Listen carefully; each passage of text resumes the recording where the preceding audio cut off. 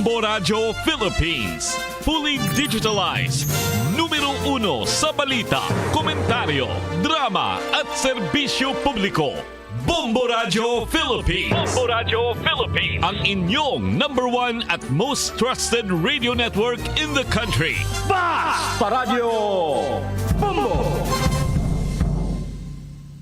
Oras sa Bombo Radio Iloilo, Philippine Standard Time, 54 minutos na nakaligad sa takna sining alas 11. Welcome sa pagpangalagad sa Bombo Hanay sa Udto Dri sa FM Bombo Radio Iloilo, ang flagship stations on the #1 most trusted radio network kinakatirang Bombo Radio Philippines. Adlaw kita karon sa Lunes, Agosto 26 sa tuig 2024. Subong adlaw holiday, national holiday or National Heroes Day. Sa aton sining mga kabombo sa gyapon, imo alaga ni mong kurman, Bombo Chama Blanco Jovera. Sa mga nagapauna dalakuan karon nga mga balita, Attorney Vicente Diaz plano nga mag-file sa complaint sa Energy Regulatory Commission bangod sa kamahal sa power rate sa Gimelco. Sa iban pa nga matalupang doon karon nga mga balita, Mayor Jerry Trenia sa wala ginakabig nga kaway si punong barangay Ronela Juanesa sang San Isidro Haro. Kundi ang alkalde kapati nga wala sang dapat isuspend para magdaog sa subong nga eleksyon. Sa dugang pa nga mga balita, Commission on Elections ginainganyo ang publiko nga magparehistro kadungan sa National Heroes Day. Talatapan magahiwat sang roadshow sa second half sang Nobyembre, tubtob Enero, agod nga ma-familiarize sa nagalain-lain sining nga sektor ang paggamit sang machine sa palabuton nga eleksyon. Samtang apat arestado, duwa nakapalagyo sa isa ka uwakan sa distrito iya sang Lapas. Pag-install sa demarcation line, agud matumod ang 4 kilometer nga permanent danger zone sa Mount Canlaon, nagapadayon. Muni madalakuan mga balita, issues king impormasyon ng main sentro karon sa aton sining pagpangalagad sa gihapon diri sa palatuntunan na Bombo Hanay sa Udto. Sa aton sining mga kabombo, padayon lang kamo sa paghulog sa inyo sining mga entries para na iya sa week number 7. Week number 7 sa suwarte sa palengke promo ng Bombo Radio at Star FM. Inyo man siniya nga nasaksihan na kagaina ang aton sini nga paghatag na sa cash prizes.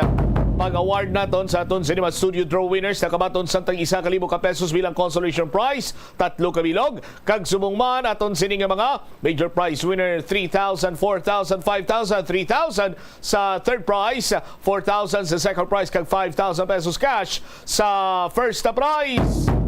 Ginsipad-sipad, ginisip, kag ginpamatudan nga sila lihitimo nga mga tagpalasakop kag lihitimo nga mga tagdaog. Subong man sa aton siniyang palengke draw, kung sa di napulo ang nakabaton sa tag 1,000 ka pesos ka cash, kag 500 pesos ka valor sa gift pack na sunod pa sa Orocan nga balde.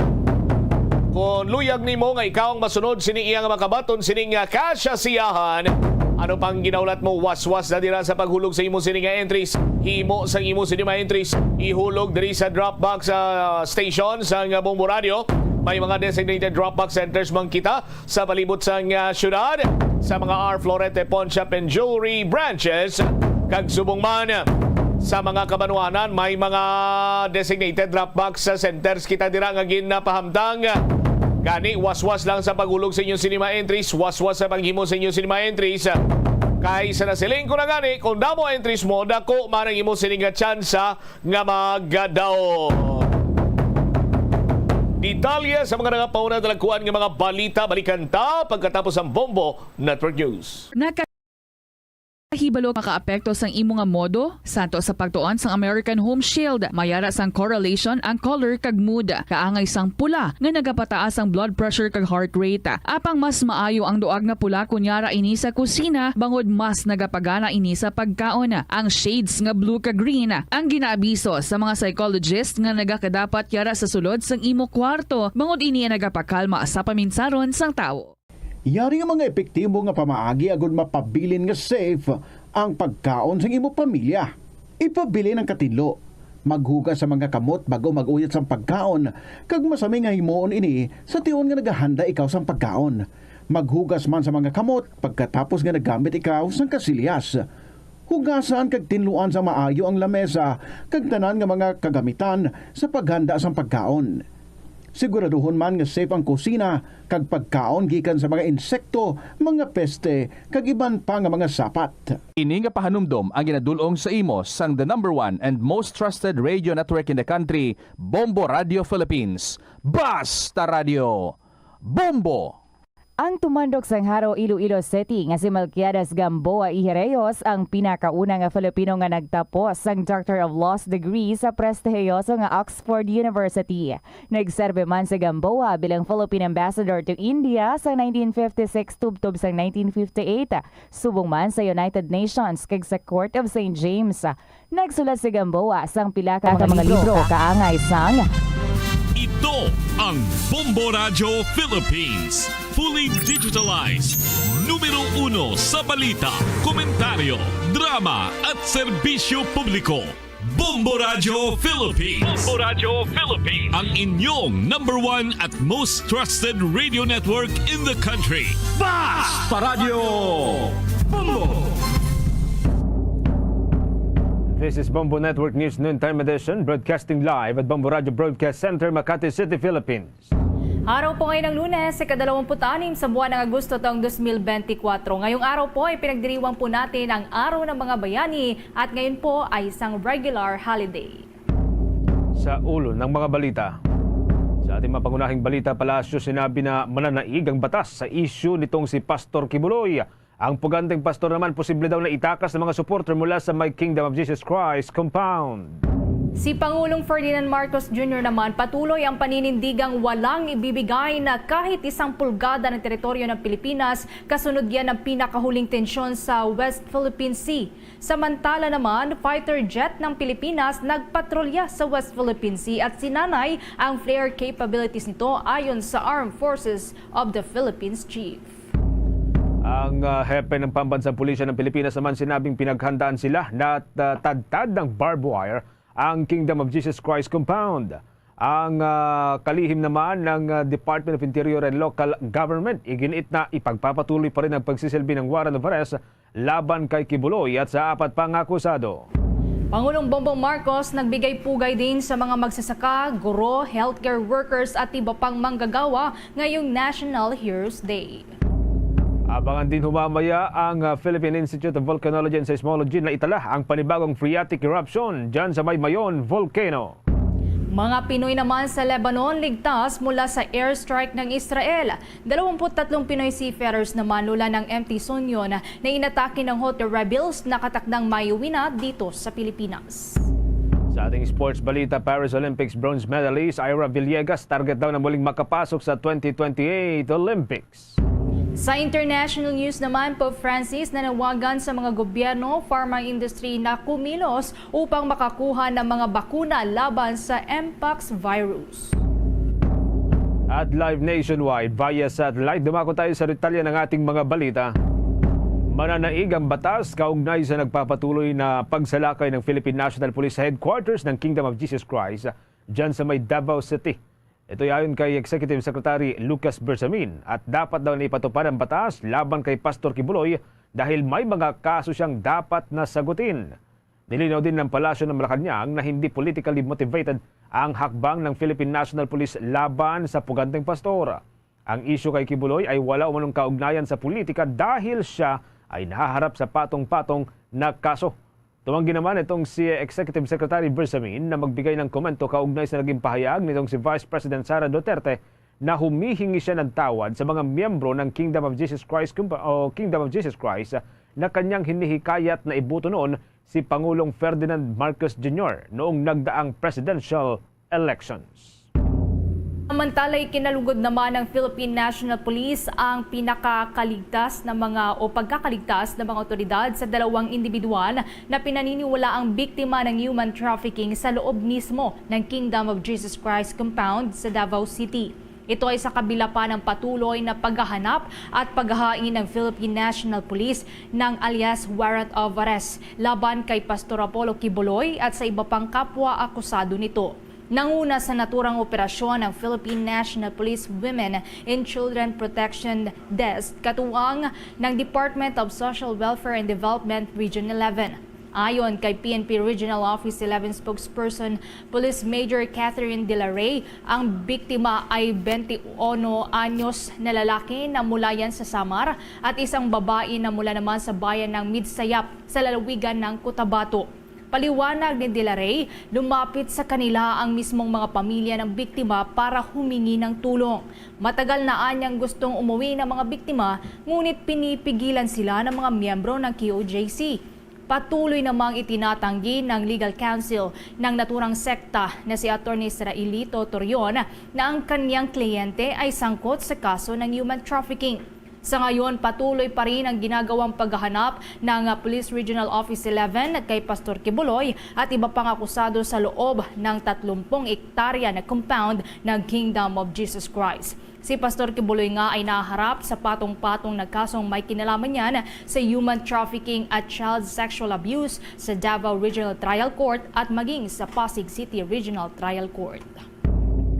Malaki naman daw ang posibilidad na itakas ng mga supporter itong si Kingdom of Jesus Christ Pastor Apollo Kibuloy mula sa mahigit 30 hektarya na compound nito dun sa may Davao City.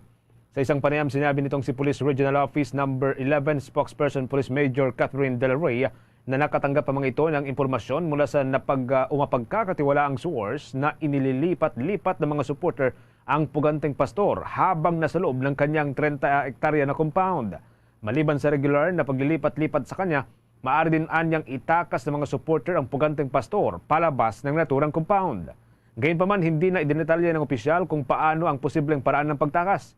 Giit na lamang nitong naglatag ng pulisya ng dagdag na mga checkpoint sa mga kalasadang kumukonekta rito, kasama ang pagdadeploy ng mas maraming miyembro ng Philippine National Police para magmando sa mga naturang checkpoint. Dahil din sa pangambang itakas ang pastor, nililimitahan na anya ng kapulisan ang pagpapasok ng mga supporter o ng sinumang individual sa loob ng compound dahil sa posibilidad na tutulong ang mga ito sa pagtakas sa puganteng pastor.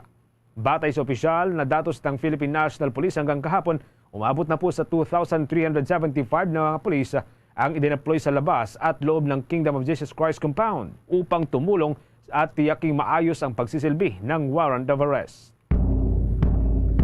8 minuto makalipas ang alas 12 ng tanghali, mga kabombo, at sa pagkakataong ito kuha pa rin tayo ng mga dagdag na report mula pa rin po dyan sa may Davao City sa pamagitan ng Bombo Radio Davao. Nasa linya ho natin si Bombo Odessa Nietas, kaugnay pa rin po dito sa mga kaganapan. Magandang tanghali, kamusta na ngayon dyan, Bombo Radio Davao, Bombo Odessa? Yes, Bombo Radio Genesis. So ngayon, live pa rin tayo dito ngayon sa may Kingdom of Jesus Christ na kung saan naging tensyonado sa pamamagitan ng mga miyembro at supporters ni Pastor Apollo Kibuloy at nitong mga personnel ng Philippine National Police. Kasi sa ngayon nanawagan itong mga miyembro ng kapulisan na kung saan itong backhoe, no, itong crane ng backhoe kung maaari ay ilayo mismo dito sa may pwesto ng mga kapulisan. Ngunit ayaw umano sumunod nitong mga miyembro ng QOJC.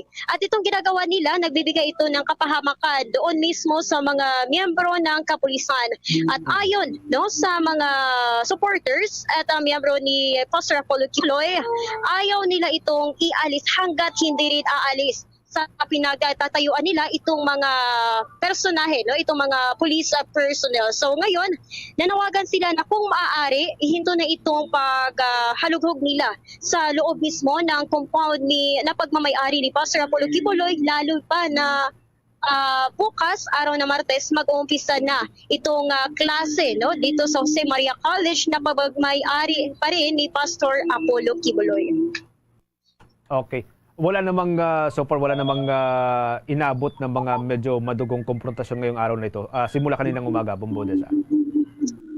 Tungkol naman dyan na Bombo Genesis, wala namang nangyaring duguan na konfrontasyon. Ang ginagawa lamang nila ngayon ay nagpapalitan ng mga mensahe gamit itong mga nagsisilikihan ng mga megaphone at nagsisilikihan din ng mga speaker. At sa ngayon lamang na mga oras na to, humupa na rin yung tension sa pagitan ng mga kapulisan at nitong miyembro ng KOJC. At kanina lamang, Bombo Genesis, merong ginanap na press con.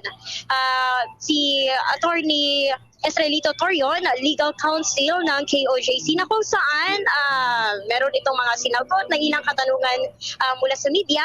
At humingi rin ito ng paumanhin kasi kahapon nung nakaraan merong nangyaring tension na rin alis sa Davao Media at nitong ilang miyembro ng KOJC na kung saan binatikos nila itong Davao Media team.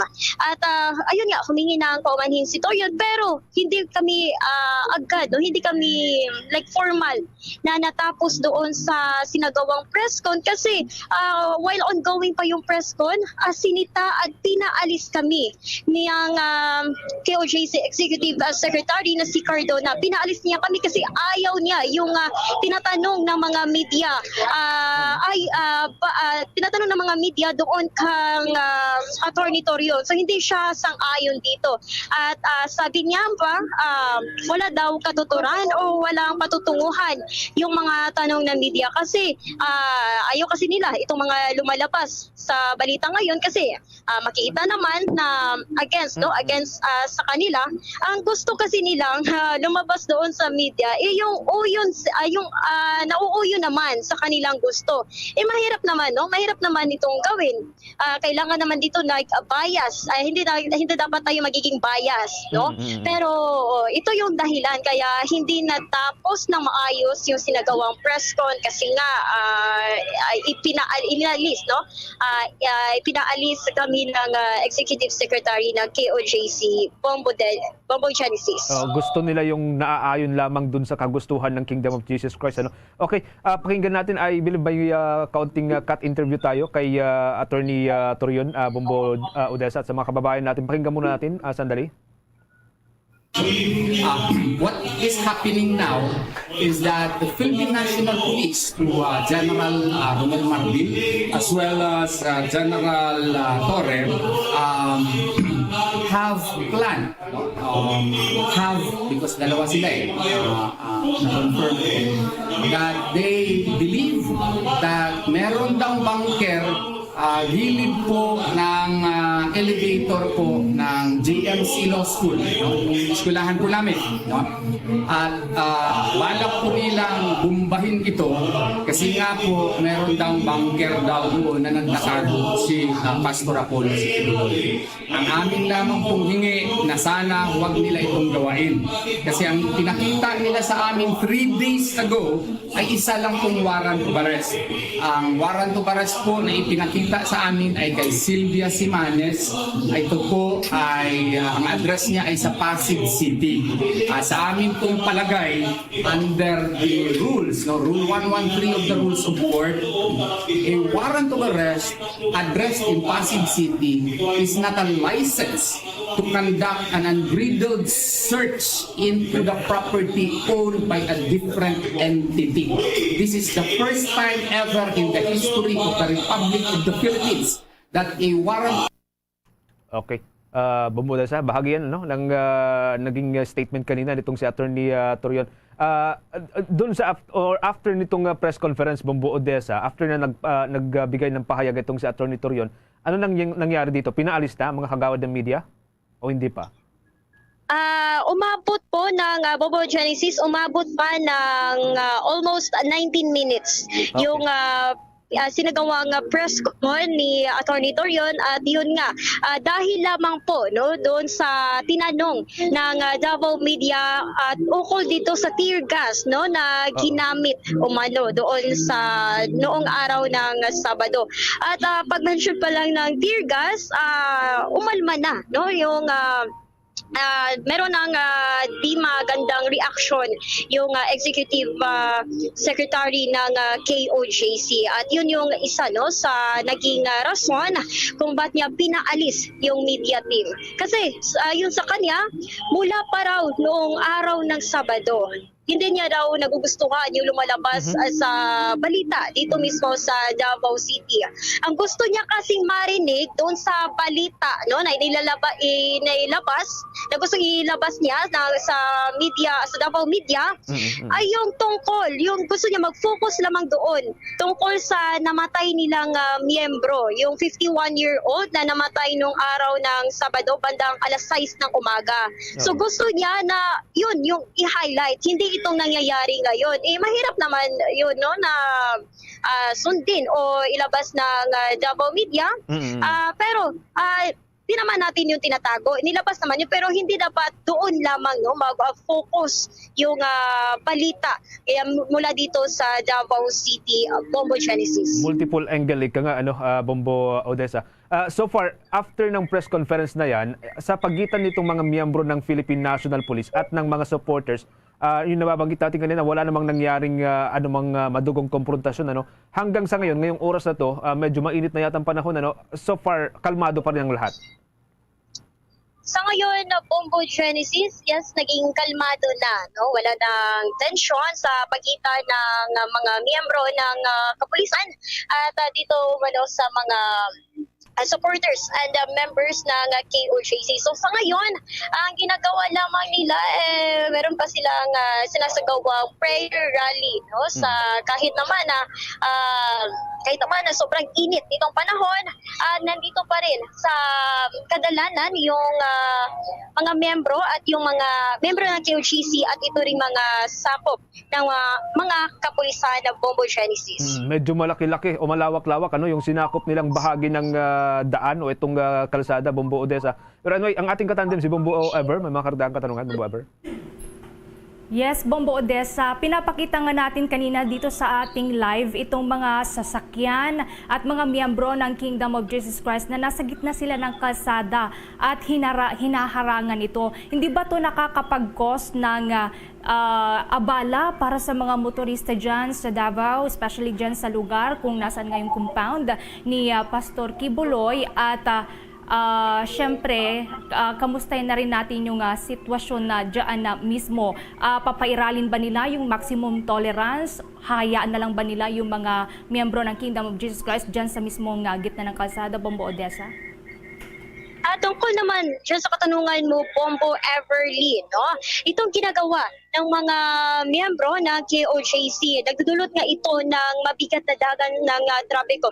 Kasi dalawang rota itong dadaanan patungo doon sa downtown. Isa na itong Buhangin District na kung saan nandito ngayon naganap itong isinagawang prayer rally at protesta nitong mga miyembro ng KOJC. So napipilitan yung mga private and public vehicles na doon dumaan sa ibang rota na kung saan nagdudulot talaga ito na mabigat na dagan sa trapiko. Ngayon pa nga na holiday, mabigat na dagan sa trapiko at asahan na lalong bumigat ito bukas, no, araw ng Martes na kung saan magsisimula na rin ang pasukan matapos ang long weekend.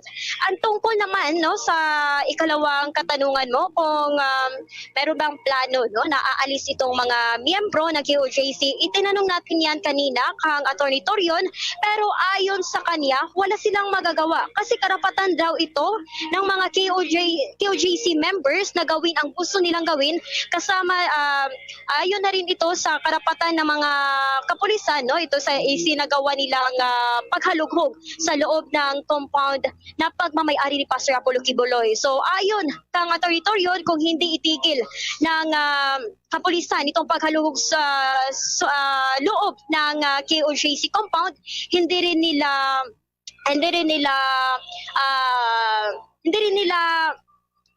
titigilan or hindi rin nila patigilin titigilan itong mga miyembro ng KOJC na mananatili dito mismo sa National Highway dito sa may Buhangin District sa tapat mismo ng KOJC compound, Bombo Everly. Odessa, follow-up lang just in case na meron kang hawak na impormasyon ngayon. Follow-up lang dito kasi sa Magdamag, merong 3 na miyembro ng Kingdom of Jesus Christ na inaresto dahil nga sa obstruction of justice at direct assault dito sa ating mga kapulisan. Kamusta ang mga ito? Dinala ba sila sa Davao City Police Station or nananatili sila dyan sa may compound ngayon, Bombo Odessa? So ngayon, Bombo Everly, tungkol naman dyan sa 3 miyembro ng KOJC, sa ngayon wala na dito sa compound at na-surrender na ito doon mismo sa mga kapulisan dito sa Davao City, yung 3 miyembro ng KOJC. Pero itong panghaharas nila doon sa mga kapulisan, until now, meron pa rin nagaganap. Kagaya kanina, merong 2 police personnel ang hinaras ng aabot sa 6 hanggang 7 miyembro ng KOJC na kung saan na makikita talaga na binubuli nila ito at walang laban itong itong 2 personnel ng pulisya. Bombo Everly. Okay.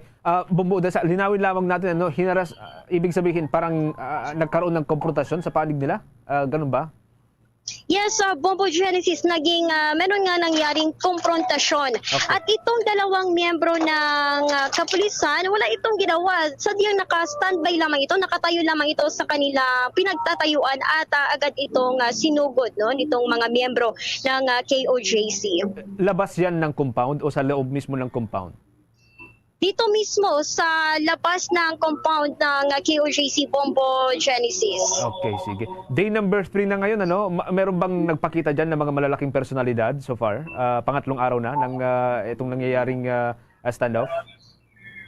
Sa ngayong araw mismo, Bombo Genesis, walang malalaking personalidad ang pumunta dito mismo sa may Kingdom of Jesus Christ. Kanina nga, yung nakausap lamang namin is only Attorney Torion, pero kung dito naman sa mga nagsisilikihang mga personnel sa ating mga lawmakers or dito sa PNP, wala pa naman Bombo Genesis. What about Mayor Baste? Hindi pa siya nagtutungo dyan?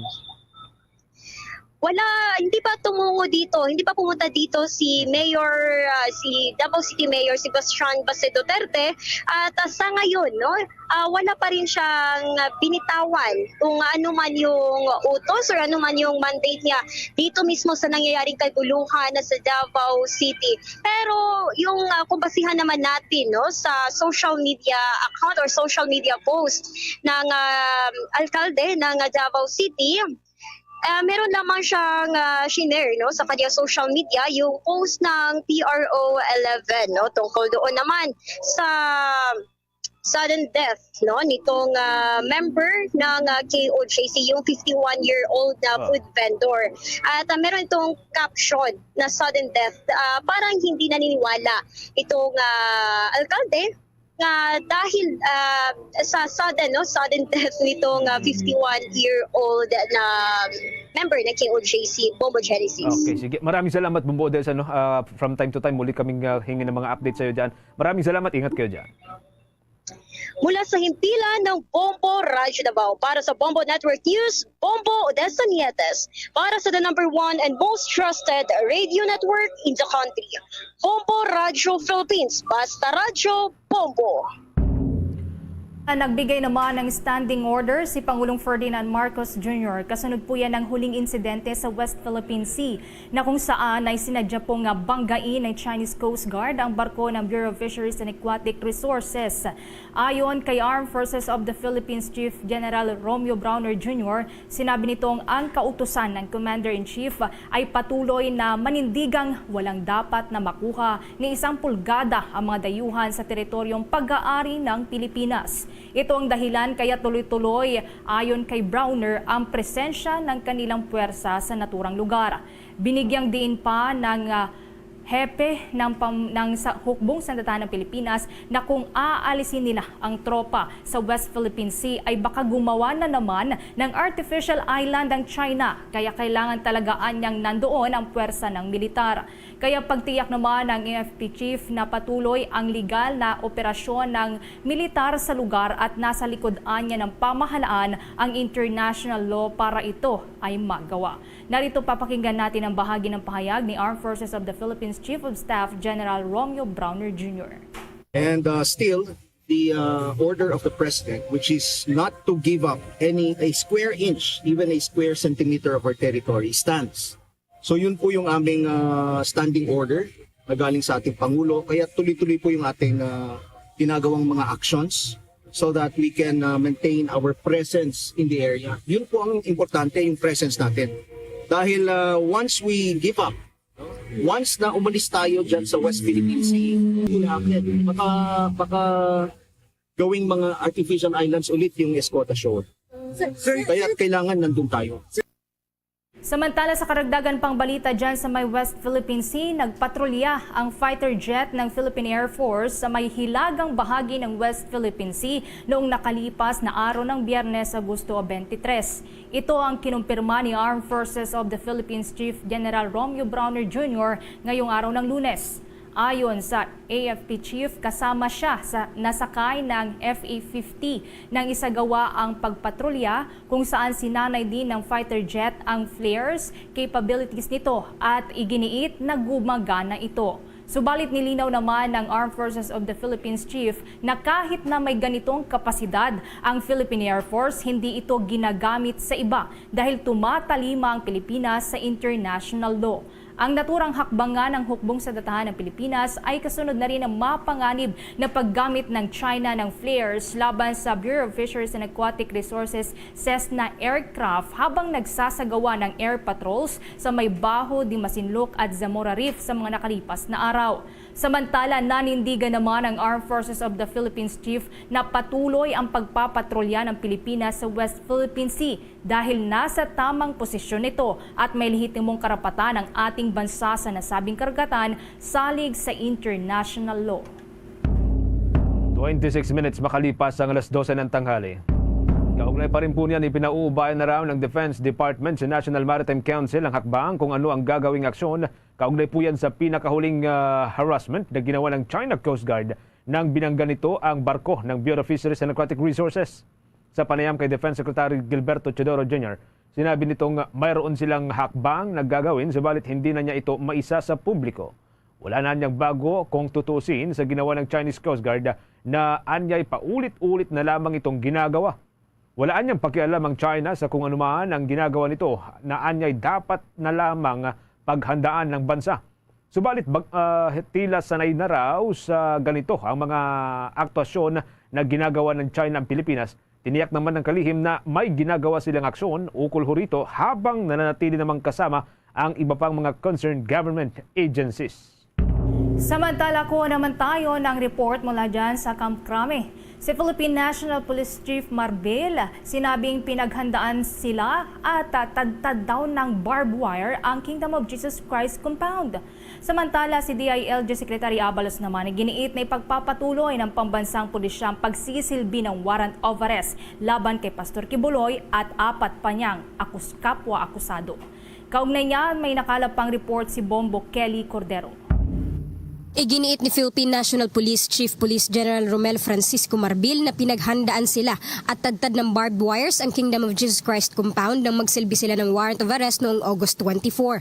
Ayon kay Marbil, sigurado silang nasa loob ng compound si Kibuloy base na rin sa kanilang locator. Hindi lang anya nila mahanap ang tamang entrance dahil sa dami ng tagong kwarto at lagusan. Kasunod nito, binigyang diin ng PNP Chief na legal ang pananatili nila sa paligid ng KOJC hanggat hindi nila naisisilbi ang warrant of arrest at sigurado silang nasa loob ang pastor. Serving the warrants, as long as meron po kaming, we are so sure nandun po yung tao na hinahanap natin, sabi po natin, we have a locator na ginagamit po natin, hindi lang po natin makita yung tamang entrance ng tao nila.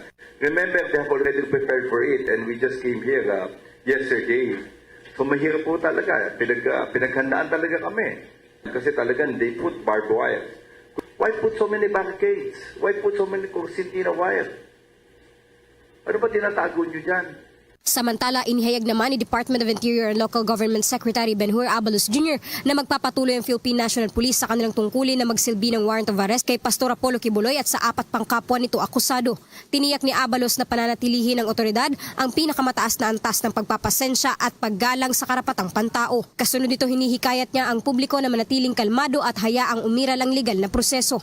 Nagpaabot din ng pakikiramay si Abalos sa pamilya, kaibigan at sa KOJC sa nasawing miyembro nito habang ito ay nasa taas ng tore sa loob ng compound. Wala raw itong pisikal na pakikipag-ugnayan sa pulis at bigla na lang nawalan ng malay. Hinihinalang nasawi ito dahil sa atake sa puso.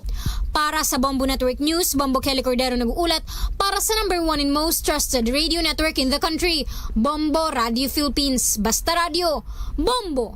Want to know what makes Enhypen's performances so explosive? Dunkin' Choco Bang! Yeah! Explosive bawat bite kasi chocolate-coated na, Bavarian-filled pa.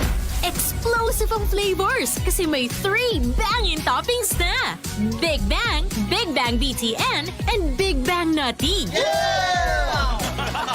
Kaya ang Enhypen, explosive ang bawat galaw. Nothing like Dunkin' Choco Bang! Dunkin', pasalubong ng bayan. At ngayon, sa pagpapatuloy ng iba pang pangunahing mga balita. 12:30 na ng tanghali. Sa iba pang malalaking balita, binigyan pugay nitong si Pangulong Ferdinand Marcos Jr. ang mga magsasaka, mga guro, mga healthcare workers at iba pang mga manggagawa ngayong araw ng mga bayani. Sa National Heroes Day message, kinilala ng Pangulo ang kontribusyon ng mga unsung heroes sa pagpapatatag at pagsusulong ng bansa, kabilang ng mga magsasaka, mga wage earners na nagpapasigla ng ekonomiya at mga gurong nanghuhulma sa isipan ng mga kabataan. Pinuri rin ng healthcare workers na nagliligtas ng buhay, mga civil servants o mga lingkod bayan na tumutugon sa mga pangangailangan ng publiko at mga ordinaryong mamayan at ang kanilang pagmamalasakit sa iba. Samantala, inalala rin ni Pangulong Marcos ang pakipaglaban o nakipaglaban upang makamit ang kalayaang tinatamasa sa kasalukuyan. At tiniyak nito na ang kanilang mga alaala ay mananatili sa puso at isipan ng bawat Pilipino.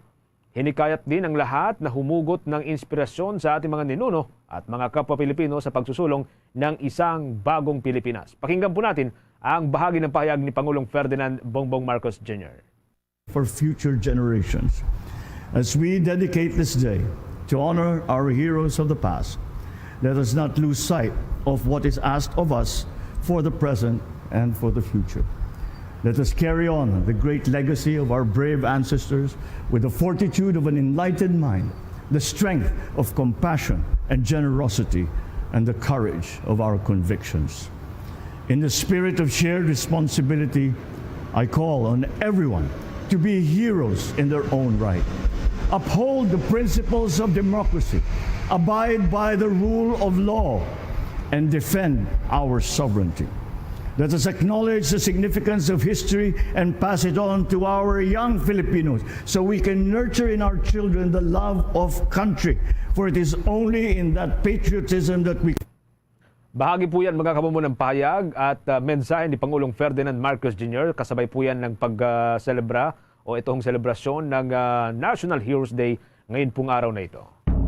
Kaugnay din po niya, nagbigay pugay ang Armed Forces of the Philippines sa kagitingan at sakripisyo ng mga bayani ng ating bansa. Kasabay pa rin po yan ng pagdiriwang sa National Heroes Day ngayong araw. Sa isang statement, nakiisa ang hukbong sandatahan ng Pilipinas sa buong bansa sa pag-alala sa kagitingan at mga sakripisyo ng ating mga bayani.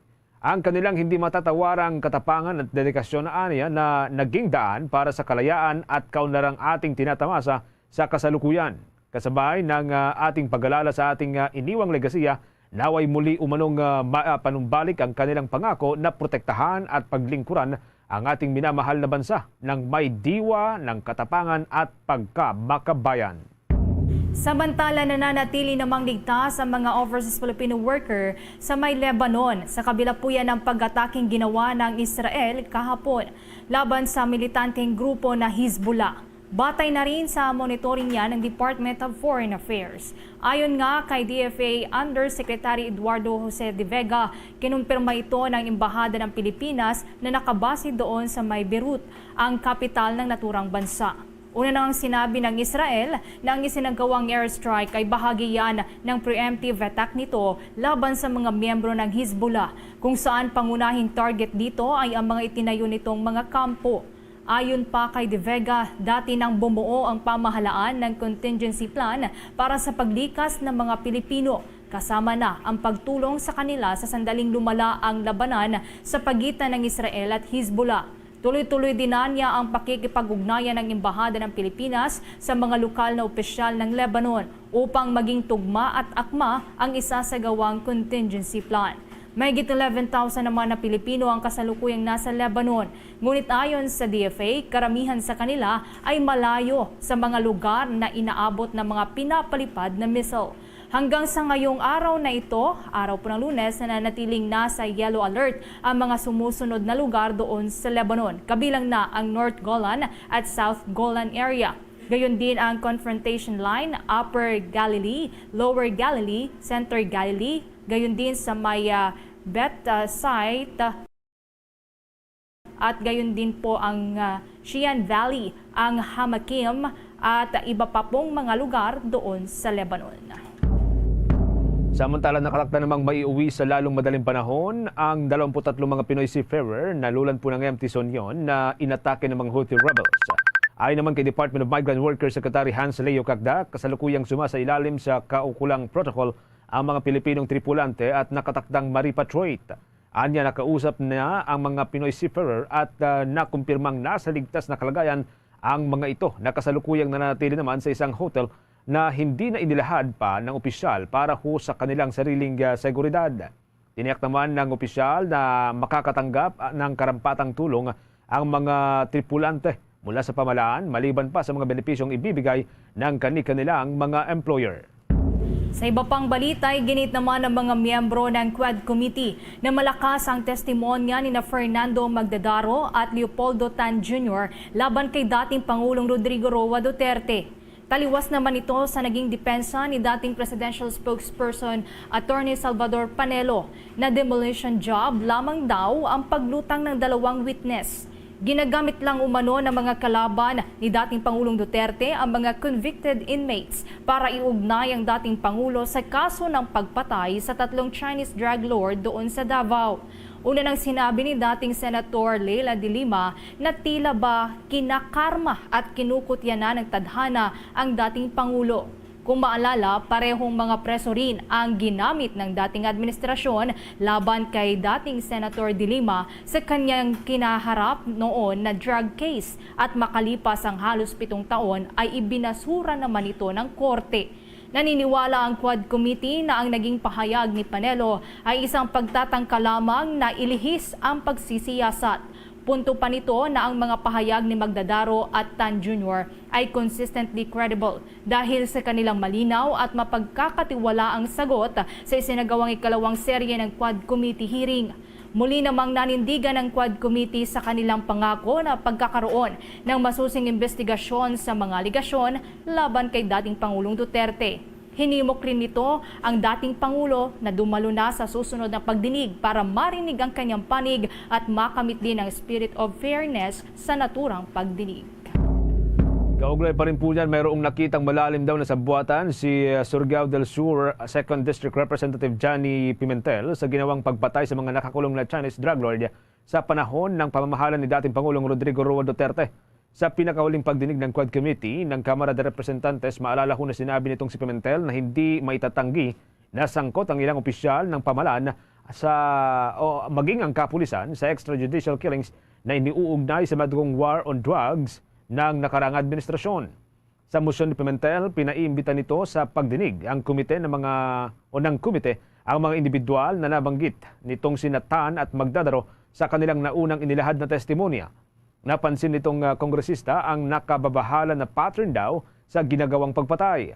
Sa 32 nakakulong na Chinese nationals dahil sa droga, 3 lamang ang nakakulong doon sa may Davao Penal Farm habang 29 na iba ay napaulat na nasawi sa iba pang mga detention center. Para mapatunayan, hiniling nitong si Congressman Pimentel sa Bureau of Correction na isumite ang komprehensibong listahan ng mga Chinese nationals na namatay habang nagsisilbi ng kanilang sintensya sa mga kaso ukol sa droga mula 2016 hanggang 2017. Ayon sa kongresista, posibleng bahagi ng isang malawakang plano ang pagpatay sa mga Chinese drug lords at iba pang o sa iba't ibang mga kulungan dito ho sa ating bansa. At hindi malayo raw na may kaugnayan dito ang mga nasa matataas na pwesto ng gobyerno. Binigyang diin ng mababatas na isa itong aligasyon na nangangailangan ng masusing investigasyon. Tiniyak naman ni House Appropriations Committee Chairman at Ako Bicol Party's Representative Elizalde Co na kanilang re-reviewin o sisilipin ang paggamit ng intelligence fund ng iba't ibang ahensya ng gobyerno. Ito ay kasunod na rin ng pagtakas palabas ng ating bansa si dating Bamban Mayor Alice Go at iba pang mga high-profile suspect. Ayon kay Ko, ang paggamit ng intelligence fund ay isang napakaseryosong issue. Sinabi pa ng mababatas, hindi katanggap-tanggap na sa kabila ng mayroong Immigration Lookout Bulletin laban sa dating alkalde ng Bamban, nakatakas pa rin ito palabas ng Pilipinas at ito ay nakakabahala. Dagdag pa ng kongresista na nakakaalarma din ang hindi pa paghuli kina Kingdom of Jesus Christ founder Pastor Apollo Kibuloy at dating Bureau of Corrections Chief Gerald Bantaga dahil questionable din ang paggamit ng intel funds para sa security and law enforcement. Ayon pa sa mambabatas, maaaring isolated incidents lamang ang mga ito na kailangan daw ng review.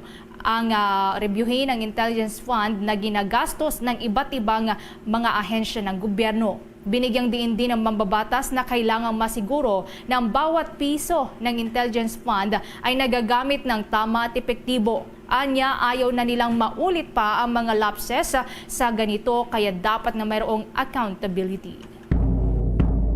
Oras na natin mga kabombo, 20 minutes bago sumapit ang 1:00 ng hapon. Samantala sa iba pang mga balita, lalo pang bumilis ang ginagawang pagsipsip ng mga langis mula sa lumubog na oil tanker na MT Terra Nova. Batay po sa report ng Philippine Coast Guard, nakakaya na ng Salvor team na makapagsipsip ng hanggang sa 13,500 liters ng langis kada oras. Kasunod pa rin po yan ang paglalagay ng mga dalawang booster pump para mapataas pa ang siphoning capacity. Sa loob ng halos isang linggong pagsipsip ng langis, umabot na sa 300,438 na litro ng langis ang naiahon mula sa tanker, kung saan ay naitalan noong araw ng Sabado, Agosto 24, yung pinakamalaking arawang volume na naiahon. Ito yung umabot ng 121,724 liters. Sa kabila ng mas mabilis na siphoning operation, hindi pa rin naabot ang 200,000 liters kada oras na projection ng Salvor team. Dahil dito sinabi nitong kada araw ho ito. Dahil dito sinabi ng Philippine Coast Guard sa pamamagitan nitong si Station Commander Michael Janancina na maaring hindi makumpleto ang siphoning operation sa loob ng 2 linggo, taliwas sa naunang projection. Maaari niyang madagdagan pa ng 1 linggo bago tuluyang maiahon ang kabuuan na 1.4 million liters na langis na laman po ng tanker bago ito tuluyang lumubog sa Manila Bay. Ayon pa rin kay Encina, ang pangunahing inaalala dito ay ang pagtiyak na walang tatagas na langis sa gitna ng nagpapatuloy na siphoning operations. Bombo International News. Nanawagan si Pope Francis sa mga gobyerno at maging sa mga pharmaceutical industry na kumilos upang makakuha ng mga bakuna laban sa Mpox virus, lalo na sa mga bansang pinakamalubhang naapektuhan.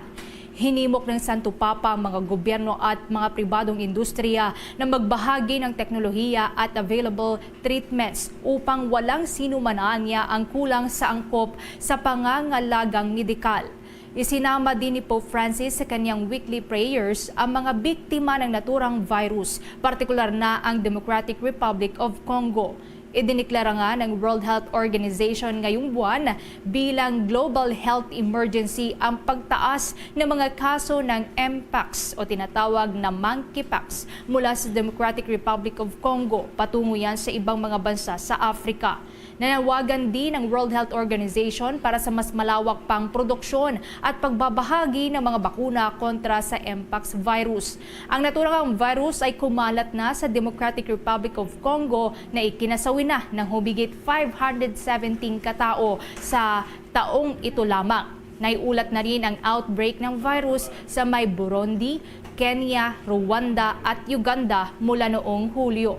Ang unang kaso po ng Europa naman ay naiulat sa Sweden noong nakalipas lamang na linggo. Maaari namang kumalat ang virus mula sa mga hayop patungo po yan sa mga tao, ngunit maaaring sa tao din at mai-transfer din po ito sa kapwa-tao sa pamamagitan naman ng close physical contact. Meron na lamang ko tayong 17 minutes bago sumapit ang 1:00 ng hapon. The time check was brought to you by Dunkin, pasalubong ng bayan. Bombo Sports News. Sa ating sports balita, target po nitong si Paris Olympics bronze medalist Ira Villegas na sumabak muli sa susunod na Olympics. Kasunod pa rin po yan ng kanyang bronze medal finish sa Paris Games. Ayon kay Ira, bagamat nakakuha siya ng medalya sa nakalipas na Olympics, hindi umano niya ito nararamdaman o gaano.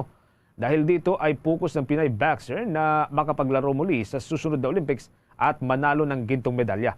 Ito ay sa kabila ng pangamba na tatanggalin na ang larong boxing sa susunod na Olympics na gaganapin doon sa may Los Angeles. Bagamat nanatiling dilema ukol sa tuluyang pagtanggal sa naturang sports, tiniyak nitong si Villegas na magpapatuloy pa rin siya sa pag-ensayo kasabay ng tuloy-tuloy din pagsabak sa iba't ibang mga international sporting competition. Samantala, target naman pong ilunsad ng Department of Health ng isang online consultation system para yan sa mga pasyenteng dinapuan ng MPAX sa buong Pilipinas.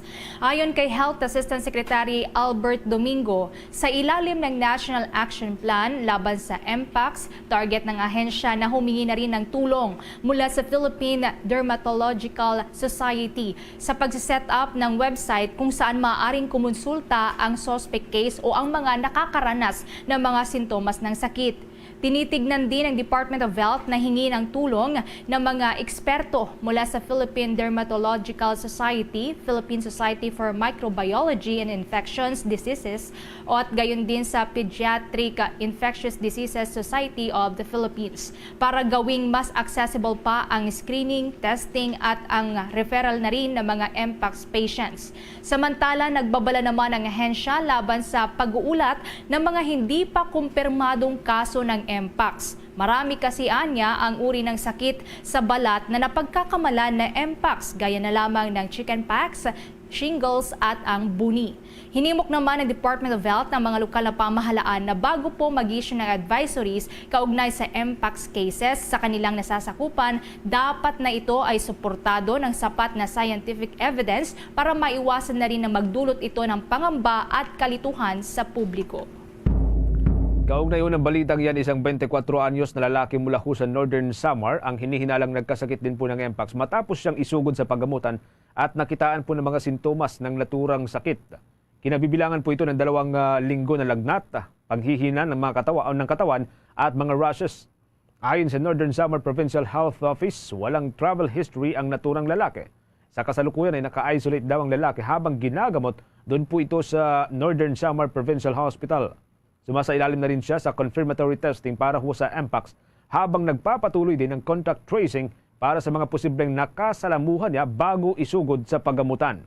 Kung magpositibo ito na ang ikalawang kaso ng MPAX ngayong taon dito sa Pilipinas. Kasunod pa rin po yan ng una hong natukoy mula sa Quezon City. Samantala sa ibang balita, hinimok naman ni Senadora Loren Legarda ang publiko na huwag baliwalain ang banta ng MPAX. Noong araw ng Miyerkules na itala ng ating bansa ang unang kaso ng MPAX para sa taong 2024. Isa yang 33 anyos na lalaking pasyente at walang travel history ang bumisita sa 2 establishmento sa May Rodriguez, Quezon City. Ayon yan kay Mayor Joy Belmonte.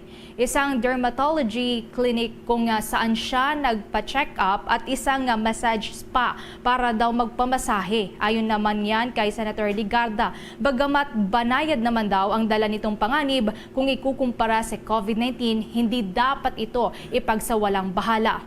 Anya, kinakailangan pa rin na maging mapagmatsyag upang maiwasan ang isa na namang lockdown kung saan naranasan ng buong bansa dahil sa COVID-19 pandemic. Ayon pa sa Senadora, marami na anya tayong natutunan mula sa pandemya at magsilbi nawa itong paalala para umiwas sa highly communicable diseases sa pamamagitan po yan ng pagsusuot ng face mask, social distancing at paghuhugas ng kamay.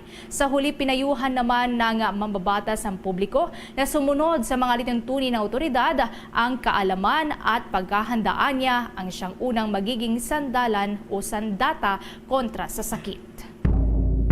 Meron na lamang po tayong 12 minutes bago po sumapit mga kabombo ang alauna ng hapon. Samantala sa iba pang mga balita, ipapadeport daw sa China ang kapatid nitong si dating Bamban Mayor Alice Go na si Sheila Go sa oras na maresolba na ang lahat ng mga criminal charges laban ho sa kanya ayon sa Bureau of Immigration. Sa isang statement sinabi ng Bureau of Immigration na itong si Sheila ay isang Chinese citizen kung saan ang pangalang nakalagay sa kanyang pasaporte ay Zhang Mir. Sa ngayon, nakadetene itong si Sheila sa National Bureau of Investigation. Naharap ito kasama ang negosyanteng si Cassandra Ong sa mga reklamo ng obstruction of justice, pagtatago sa isang pugante at paglabag sa Philippine Passport Act. Sa deportation case na kinakaharap nitong si Sheila sa Bureau of Immigration, sakali pong makumpirma na illegal nitong nakuha ang kanyang Philippine documents, pababalikin ito sa China dahil mayroon itong hawak na Chinese passport na may visa hanggang sa 2031. Sa ngayon, ayon kay Immigration Commissioner Norman Tansinco, suspendido ang deportation nitong si Sheila Go habang nakabinbin pa ang resolusyon sa lahat ng kanyang mga criminal cases at iba pang mga pananagutan dito sa Pilipinas. Samantala, nilinaw naman po ng Philippine Institute of Volcanology and Seismology na wala pong ipapairal na tsunami alert sa Pilipinas sa kabila po ng malakas na lindol na naramdaman doon sa Tonga. Magugunita nga na kaninang alas 7:29 po ng umaga ay niyanig ng 6.6 magnitude na lindol ang isla ng Tonga. May lalim po ito na 131 kilometers at sinasabing nagmula sa may Tofua Island volcano. Nabatid na ang naturang isla ay wala naman pong mga residente dahil itinuturing iyon bilang isang aktibong bulkan. Nakapagtala naman ang PHIVOLCS ng panibago pong phreatic eruption dyan sa may Mayon Volcano. Ayon sa ulat, umabot po ito ng 1 minuto. Nabatid na umabot ang steam plume sa 300 meters na taas at may katamtaman pong pagsingaw na napadpad sa gawing silangan po ng bulkan. May nakita ring ground deformation sa mismong physical structure ng bulkang Mayon. Kasunod niyan ay nagkaroon po ng tinatawag na sulfur dioxide flux na nasa 598 tonelada kada araw mula noong Agosto 20. Hindi naman inaalis ng PHIVOLCS ang posibilidad na maulit pa ang mahihinang pagputok ng bulkan sa mga susunod pang araw. Ang bulkang Mayon, mga kabombo, ay nanatili po sa alert level number 1. Naman, nakikipagtulungan na ang Department of Migrant Workers sa Department of Justice sa paghahanda nito nga makasuhan na ng illegal recruitment at human trafficking ang mga sangkot po dun sa scam hub sa Maylao upang matulungan ang ating mga kababayang Pilipino na biktima ng isang agency. Kaugnay pa niyan ay patuloy naman ayon kay Department of Migrant Workers officials na ang pagbibigay po nila ng detalye at pahayag ng mga biktima kapag nakauwi na sila dito sa Pilipinas. Bukod pa rito ay handa rin daw na magpaabot ng tulong ang kanilang ahensya alinsunod sa direktiba na rin ni Pangulong Ferdinand Marcos Jr. Samantala, umabot naman na sa hindi bababa sa 129 na mga Pilipino ang humingi ng tulong mula sa gobyerno matapos ang crackdown sa mga iligal na kumpanya na matatagpuan sa tinatawag na Golden Triangle Special Economic Zone sa may Bukeo Province, Lao. Matatandaan na mahigit 700 na banyaga nga na mamamayan ang inaresto noong Agosto 12 po yan sa Golden Triangle na kilala na sa mga iligal na gawain, kabilang ang umano'y online scam operations at trafficking ng mga banyaga na naloko ng mga peking pangako ng lehitimong trabaho. Kasunod nito ay nagbigay naman ng babala si Department of Migrant Workers Secretary Hans Leo Kakdak sa publiko na huwag pong magpapaloko sa mga hindi lisensyadong recruiter na naghihikayat sa mga Pilipino na magtrabaho sa ibang bansa sa Timog Silangang Asya katulad na lamang ng Lao. Oras na natin, meron na lamang ko tayong 9 na minuto bago sumapit ang launa ng hapon at bigyang daan po natin ang ating mga provincial report. Unahin po natin dyan sa may bahagi po ng Western Visayas. Iyon pong patuloy na paglobo ng kaso ng dengue dyan, mahigit 100% na hanggang sa kasalukuyan. Maki-update po tayo sa pamagitan ng Bombo Radio Iloilo. Nanawagan ng Department of Health Western Visayas sa publiko na kaagad na magpakonsulta sa doktor sa gitna ng patuloy na pagtaas ng bilang ng mga namamatay dahil sa dengue. Sa brayam ng Bombo Radio Iloilo kay Dr. Bea Camille Natalaray, Medical Officer ng Infectious Disease Section ng Department of Health Region 6. Sinabi nito na tumataas ang kaso ng mga namamatay sa dengue dahil na rin sa late detection at hindi kaagad na pagpapagamot. Ayon kay Natalaray, as of August 10, nakapagtala ng rehiyon ng 12,198 na kaso ng dengue kung saan 24 na ang naitalang patay. Ito ay mas mataas naman ng 142% kung ihambing nung nakaraang taon sa kagaya ring period na mayroon lang 5,036 cases at 25 ang namatay. Ang Iloilo Province ang may pinakamataas na kaso ng dengue na umaabot sa 4,754 at 8 patay. Sinusundan ng Negros Occidental na may 1,871 cases at may 6 na patay at Capiz na may 1,251 cases at 3 naman ang patay. Nakipag-ugnayan na rin ang ahensya sa mga health promotion team upang bigyang diin ang kahalagahan ng maagang pagpapakonsulta sa doktor. Aniya, maraming namamatay sa dengue dahil naantala ng pagpapatingin sa doktor.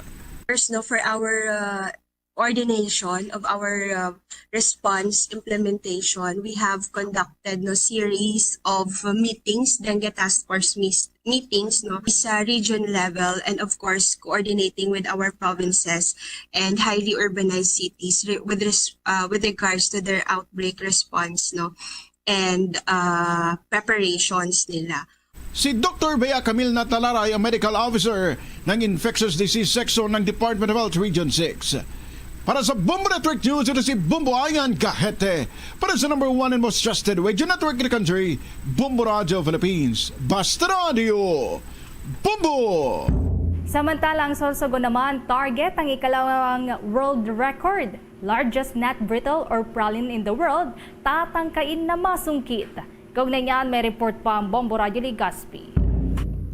Kumpiyansa ang lalawigan ng Sorsogon na muli nitong makukuha ang Guinness Book of World Record kasabay ng ika-50 taong Kasanggayahan Festival sa probinsya. Ito matapos natanggapin ng Guinness ang aplikasyon ng probinsya na may titulong largest nut brittle sa buong mundo gamit ang pili nut. Sa naging panayam ng Bombo Radio Legazpi kay Sorsogon Provincial Tourism Officer Bobby Gigantoni, puspusa na ang kanilang preparasyon habang inaantay ang magiging guidelines para sa pagtatangkang makuha ang titulo. Inaasahan naman na mayroong darating na mga adjudicators mula sa Canada upang personal na busisiin ang lahat ng mga bagay at matukoy ang halaga ng gagawing aktibidad. Pagbibigay diin nito na malaking bagay ang world record upang makilala ang Sorsogon globally at ang mismong pili nut product mula rito. Ayon sa Philippine Statistics Authority sa 2016 report, ang probinsya ng Sorsogon ang top producers ng pili nut raw materials na may 63.32% share sa Bicol region production. Matatandaan na hawak pa rin hanggang sa ngayon ng lalawigan ng Sorsogon ang world record sa largest Philippine folk dance.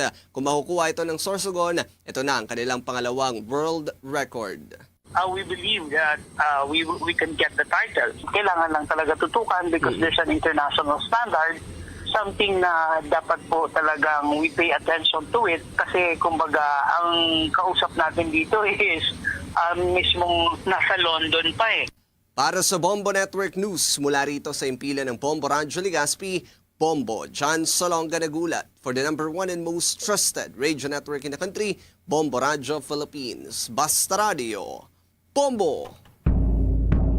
Samantala mga kabombo, bago po ang ating Orasyo Emperata, ay nais muli namin kayong imbitahan o anyayahan na maliban po sa Bombo News Center Makati, maaari po ninyong matunghayan ang ating pong 31 o 31 na fully digitalized AM at mga FM station. Gamit po yan ang ating mga social media accounts. Nariyan po ang ating Facebook page na pwede po ninyong sundan. Pwede po kayong mag-subscribe po dyan mga kabombo. Pwede rin po ninyong i-follow ang ating pong Facebook page. At maliban po sa Facebook page, nariyan din po ang ating TikTok account. Nariyan din po ang ating YouTube channel kung saan pwede rin po kayong mag-subscribe at pwede rin po ninyong i-follow.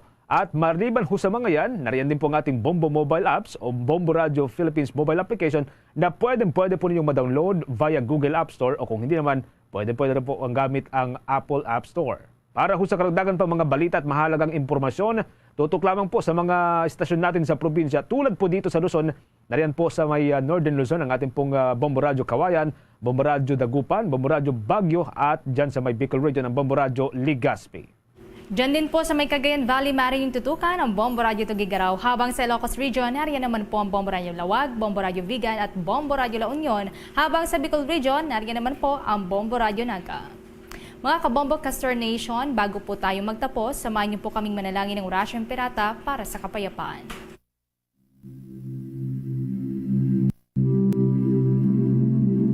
God, our Heavenly Father, Lord of peace and justice, we humbly come before you during this time of escalating geopolitical tensions in our part of the world. Through the years, you have sustained our faith in you as a nation. It is our faith in your divine providence that has made us survive the countless natural and human-caused calamities that have come our way in our history as a people. Spare us, Lord, from the horrors of war. Hear our pleas as we cry out to you. Have mercy on us, Lord. Rescue us from the malevolent forces that influence world leaders. For we believe that our struggle is not against flesh and blood, but against the rulers, against the authorities, against the powers of this dark world, and against the spiritual forces of evil in the heavenly realms. We pray for your leaders entrusted with making crucial decisions for our nation. We place all our hopes in you, seeking your forgiveness and mercy for the times when our fears and suspicions have tainted our perceptions with ethnic biases and prejudices verging on racism. We earnestly pray, Lord, that you make us instruments of your peace. Where there is hatred, let us bring love. Where there is injury, pardon. Where there is doubt, faith. Where there is despair, hope. Where there is darkness, light. Where there is sadness, joy. Through our Lord Jesus Christ, your Son, who lives and reigns with you in the unity of the Holy Spirit, God, forever and ever. Amen. Our Lady, Queen of Peace, Pray for us. Saint Michael the Archangel, Pray for us. Saint Joseph, Pray for us. Saint Francis of Assisi, Pray for us. Saint Lorenzo Ruiz, Pray for us. Saint Pedro Calungsod, Pray for us. Luzon, Visayas at Mindanao at maging sa buong mundo yan na pong kabuuan ng ating balitaan para sa pangtanghaling edisyon ng Bombo Network News. Mula dito sa News Center Makati para sa #1 and most trusted radio network in the country, Bombo Radio Philippines. Basta Radio. Bombo! Oras sa Bombo Radio Iloilo, Philippine Standard Time. Impunto launa na sa hapon. Balik na rin sa pagpangalagad sa Bombo Anay Zone 2 sa New FM, Bombo Radio Iloilo. Sa gyapon ko po mo Bombo Chama Blanco Hovera. Kaupod naton sa sining mga tinion na imbukada naton nga pagplastar sa mga balita. Diri hatagan ta sa nagakigo sa nga pagtamod problema dito sa may probinsya sa Guimarazo. Okay, ang problema sa mga Guimarães Bausos Maria Cagusip po nagapanglakaak yang power rate dito sa ila. No, kung kita yan diri sa syudad sa Iloilo naga-enjoy sang 12 pesos, masulusubra 12 pesos sa per kilowatt hour. Dito iya sa may Guimaras, sa idalom sang Gimelco. Sus Maria Cagusip. Gamay na lang gamay na lang ang propangatsyo kon panikma 20 pesos na to ang per kilowatt hour nila. Di amo ining nagduso sa anay gobernador nga mag dihon karon sang complaint kag agud to nga maka-file dito sa may Energy Regulatory Commission o kon ERC natuhoy sa ila sini nga concern kag agud nga mahatagan kita sa nga dugang sini nga ihibalo yari karon sa aton sini nga linya live via messenger si former Guimaras Vice Governor Attorney Vicente Diasis. Attorney Diasis, sir, good afternoon. Si Bombo Cham live ikaw sa Bombo Anay Zone 2. Bombo Cham, mayong utugid kag sa tanan nga nagaparamati sa sining bantog nga waragwagan sang Bombo Radio. Alright, yes. Attorney Luyang naton may baluan kung anong nagtulod sa inyo nga sa karon ginaplanuhan nagadihon na kamo sang inyo sini nga complaint dito iya sa may Energy Regulatory Commission may kantanan sa nagapanglakaak nga bilisang per kilowatt hour sang Guimaras Electric Cooperative dira. Attorney Diasis? Bubot sa Baloka, ang bata ko nga si Attorney Vincent Consial diri sa Benavista. Aha. halos tanan nga tawo nga masugata niya amo ni ginareklamo ang mataas nga rate sang Gimelco. Ako man sa opisina na ko dito sa Alibon, ang tanan nga masugata ko gapanghakroy gid kag nagapagalintak sa sining porte nga pagtaas gulpi nga pagtaas ang charges ang Gimelco. Kay man ti primero halin sang una ginareklamo na ni nga pinakamataas niya ang electric cooperative sang Guimaras. Pero ining bulan sang Hunyo, Hulyo, Agosto, terrible na gid nga muna gani nga limod tayo na lang di diferensya siguro mga 20 pesos na ni. Dito nahisa kami dira iya sa Iloilo. Kay ka ba ang inyo yan mga 12 pesos lang. Oo, Bombotsam daw muna. Okay. So, ano kunong rason, attorney, nga naglabot na karon niya sa Mayara sa 17, may 18, and worst karon hing ginakakulbahan sa mga Gimaras doon basi mag 20 pesos per kilowatt hour. Anong rason kuno, attorney? Ang rason sa Gimelco nga nagtaas kuno ang rental sang linya sang distribution sa Iloilo. Kay man Bombotsam, excuse. Ang amon kuryente diri halin pa na sa Iloilo. So sa National Grid Corporation of the Philippines ara dira sa Iloilo, gina-submarine cable pagkadto diri sa Guimaras. All right. So bangod na. Oo na ang pahayag sa Gimelco nga nagtaas ginini sining bulan Hunyo, Hulyo, Agosto kay bangod nga nagtaas ang rental kuno sang line distribution dira sa Iloilo. So naapektuhan gid ang Guimaras kag bangod sina hindi lang sa sini nga mga binulan sa palaaboton pagid nga mga binulan magapabilin nga mataas ang amon bayaran sa Gimelco, Bombotsam. Ti may mga magkunamol sinang sistema abe may mga mambal naton, may mga other nga mga pamaagi iban sini nga pamaagi agud nga maridos kun tani ni ang inyo sini nga per kilowatt hour dira sa may Guimaras, probinsya sa Guimaras sa Vice, attorney? Bombotsam, baluga, dugay ko na ginahambal naman parte sa IPERA law. Ang IPERA law is Industry Power Electricity Regulatory Act. Section 37 sila naghambal nga kung ang LGU nag-host sang alternative source of energy, entitled na sang benefit.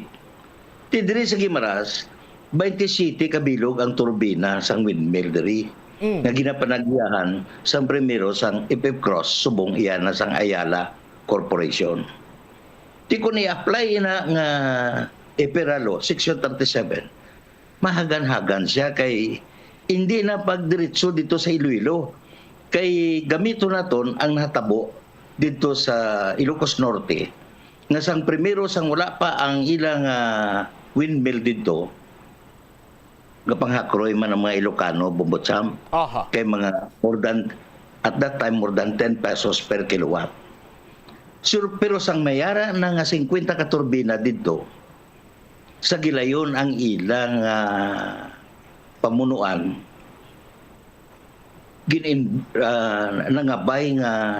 nangabay sila nga bangod nga maara dira ang mga turbina sa Ilocos Norte kung maka-avail sila sa benefit. Tinaka-avail gid sila bangod sina ang power sang kada turbina 2 megawatts. Wala na pagdiretso sa NGCP. Daw mga 5 o kung 6 ka turbina, that is 12 megawatts, gindiretso sa electric cooperative sang Ilocos Norte. So from bangod nga sa sobra sila mga 10 to 11 pesos, bangod nga gindiretso na lang sa substation sa electric cooperative sa Ilocos Norte, halos 50% gid Bombotsam ang nagnubo. Nagbayad lang sila mga 6 ka pesos hasta subong. Bangod sila nangin mainuswagon ang Ilocos Norte. Di amo daw amo man tani sina, amo na ang amo niya nabuko sa akon bata nga si Nonoy Vincent, abogado man ni siya kag konsyal sa Miravista. Nagapreparar kami sang letter complaint sa Energy Regulatory Commission nga i-invoke namon ang Section 37 sang iperalo nga mag-avail ang Gimaras sang among nga benepisyo. Kung matabuin na Bumbotsam, siguro mga 3 o 4 lang ka turbina ang among kinahanglan. Out of 27, 3 o 4 lang ka turbina, that is times 2 megawatts per turbine, mga 8 megawatts kayang-kaya na ang Gimaras. Sa gilayon, bangod nga hindi magbayad sang line distribution, kag hindi na magbayad sang submarine cable nga transmission diri sa Gimaras. Ginasigahom ko ang 18 pesos. Malis gid siya 50% Bumbotsam. Okay. Amo na. By the way, attorney, mga pila subong, may idea ka ang exact per kilowatt hour dira sa inyo? Per kilowatt hour sang July, 15 pesos and 30 centavos per kilowatt. Aha. Subong August, naglumpat siya 17 pesos and 70 centavos. The 18 pesos na gid. Wow. 17 pesos and 70 centavos. Due time lang kang mag 18 pesos. Nahisa kami sa mga taga Iloilo kay inyo de 12 pesos. Damo pa yung obra dara sa Iloilo. Ang mga kamu iya magkanto gani sa mga opisina nyo, nakakurbata kamo. Nakalungsod. Mga sputing, mga taga Iloilo, mandamo iya sang kay gayunan nga obrahan dira. Bo kami diri sa Gimaras. Way gani kami ice plant diri way gani kami diri sang Chowking. Ti magkanto kami sa obrahan namon nagalamugo lang ti way kami halos diri kay panguling lang kami di Bumbotsam kay wala iya sang mga pabrika diri o kon industries kay bangod nga mataas ang kuryente ti bangod sina ang amon mga kabataan ang pag-eskwela apektado dira pag mail-eskwela sa Iloilo. Amo ganin na amo na ganing nga akon bata nga si Vincent na paninguha nga makabakal sang fiber boat ni bala kay para nga mapanubo niya ang balayran bala sa mga estudyante kay man sa wala pang fiber niya 50 one way lang pa Iloilo kun adlaw 60 kun gabi. Aha. Sa ngaran na iya fiber 30 lang iya pesos 30 pesos lang iya adlaw gabi na. So bulig sa mga estudyante. Alright. Vice, mga sanoni naton maplastar na gid abi sa pangkabilugan at the same time mapadala na sa ERC ining inyo sining letter complaint mga sano ini ginalantaw nimo? Ginalantaw ko nga mag-stabilize ini ginagather ko pa ang mga dokumento Bumbotsam. So pero most likely para mag-September mapamanila na kami ni Nonoy Vincent i-file na namon dito sa Energy Regulatory Commission kay sobra na gid ang among kaluoy sa mga isig katawo namon diri. Si Vincent malakat lang paglakaat niya halos ra nga tawo masugata niya nagapanghakroy sa kuryente ako man maglakat ko sa akong opisina kag diri damo-damo nagakanto sa akon diri sa balay amo na tanan ang ilang nga panghakroy nga inugdalawat na lang bugas no baka na lang sudan ibayad pa sa kuryente Bumbotsam. All right. Hopefully attorney maka-provide man kamo dira no sang copy sa inyong sining complaint letter agud nga mapatpat man naton kag maplastar man diri sa aton sining pangalagad attorney Diaz sir. Yes, sa oras nga makalakat kami ni Nonoy Vincent sa Manila ma-file na mo sa ERC. Ang kopya nga receive sang ERC sa gilayon ikaw Bumbotsam kay nagapanikaso kag ang kag nabala namon ang imo nga bantog nga waragwagan mabinuligon gid nga makabulig sa ini sang amon kausa tagaagig kagid namon sang kopya sang amon nga letter complaint nga ipadala sa nga i-file dito sa ERC sa Manila Bumbotsam. With this attorney Vicente Diaz sir, thank you so much for your time mayong hapon sa liwat. Madamo mga salamat Bumbotsam kag sa tanan nga nagapalamati sa sinibadto nga baragwagan. Mayong hapon gid sa inyo nga tanan. Dari wabit si former Vice Governor Attorney Vicente Diaz sa aton sini karon niya nga mga kabumbo. May pila kita ka mga ginpang chekyar nga mga mensahe social media post sa mga Gimaras noon gati nagapamiriphi na giniya karon sa sining kamahal sang presyo sang per kilowatt hour dira iya sa may probinsya sang Guimaras. Sa aton sining mga kabumbo kag gati ang iban sini apisar nga problemado ginpagi na lang nila sa do paglingaw-lingaw man sila sini nga kauglingon. Ipakita ta bala sa aton sini nga mga kabumbo pila ka mga screenshots nga nagapalabot sang pagkadismaya sa sining sitwasyon man karon sa ila sini iyang distribution utility draw. Power distribution utility. Ari isa lamang. Basaon naton bala. Grabe Gimelco record highest rate of 17.6750 for August 2024. Tikong i-round off mo ni 18 na. Hindi lamang ina 17.7 kilowatt per hour. Let's go Guimaras.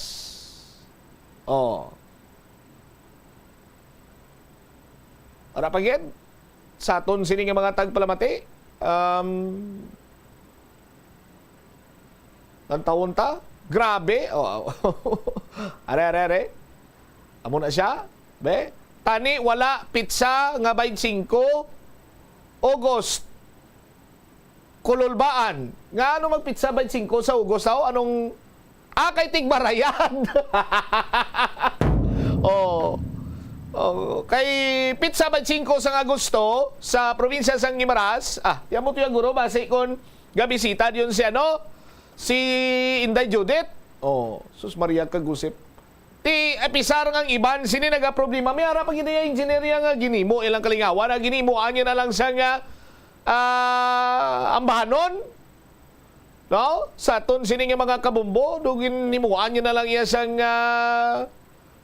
video dira nga do nagasot-saot siya kaga para nga malingaw na lang iya sini nga kaugalingon ti amo na yang amo na iya kung sano pa ang kinaiya sang mga taga Ilonggo lakip na dira ang mga taga probinsya sang Guimaras nga bisan kabugat sang problema ginapagi na lang sa lingaw-lingaw protein din ginasta nagakadapat na siniguro banwa iya nga maghulag man dira sa mahing karon sang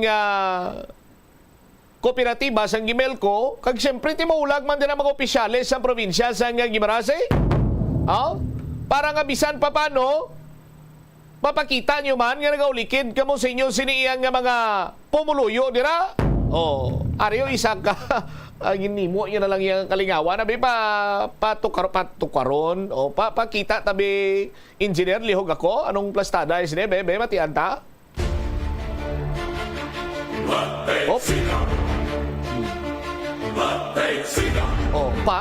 Gimaras Balda.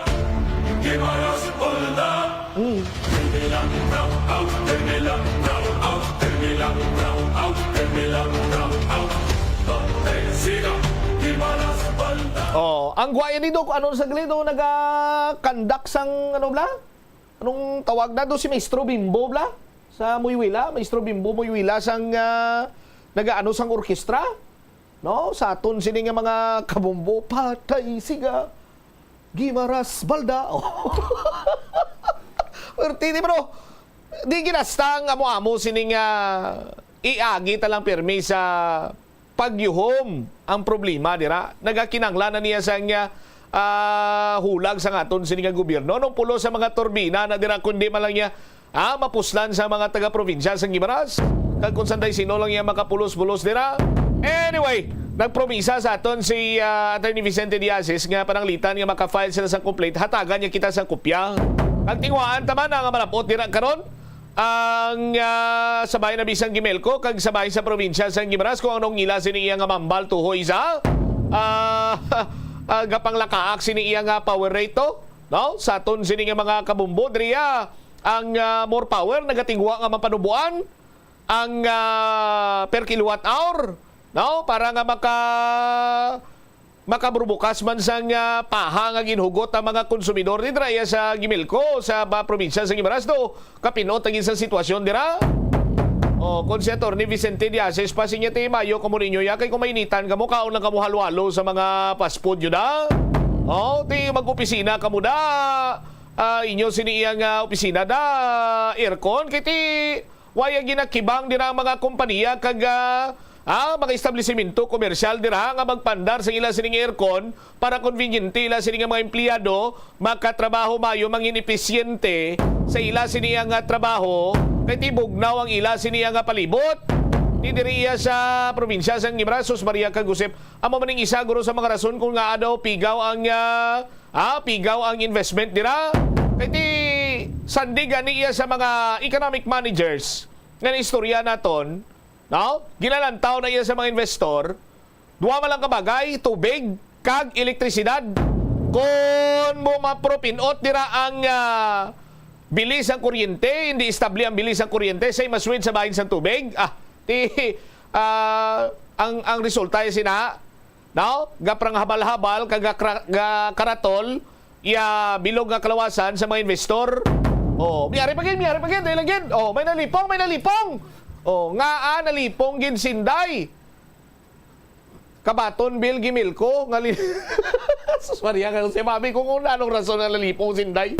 Anyway, 18 minutos na nakaligad sa takna sining alauna. Dalas dason ko na lang engineer balita ni Bombo Angel Tan kay may mga labing importante pagkira nga mga helikoton pagkatapos dere sa aton sining pagpangalagad. Si Mayor Jerry Treñas kunti ko madumduman nyo to, ining issue sa kay punong barangay Juanesa sang San Isidro Haro.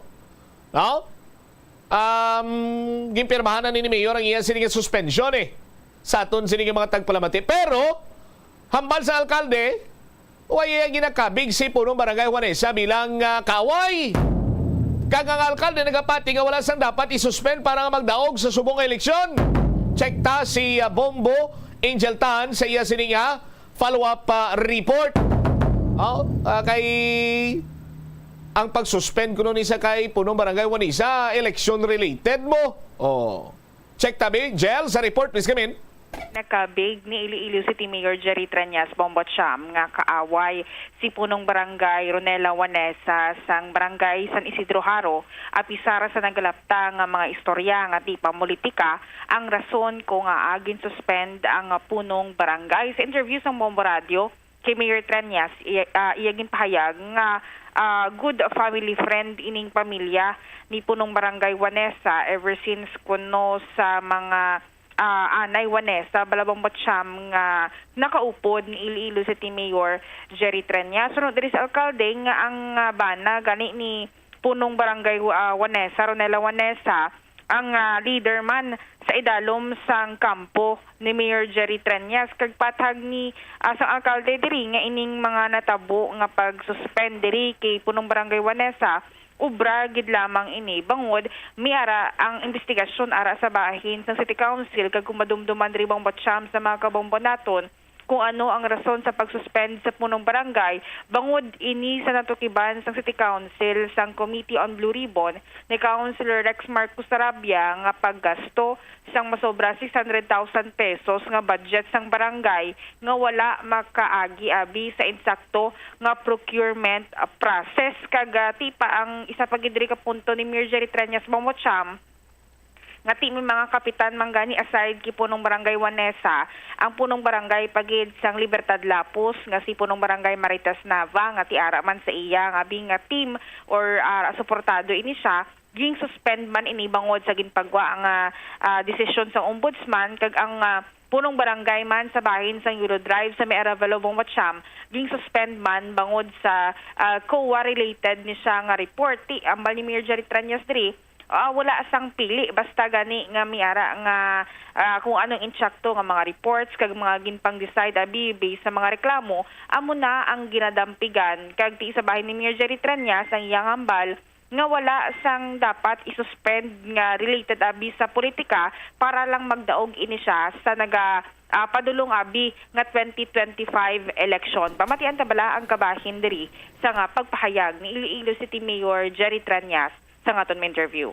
Si Kap Vanessa, ang banaya na, leader ko, pag masakit sa banaya, ginbuligan ko na siya makapuli, alin to sa London. The family is a good family friend for a long time.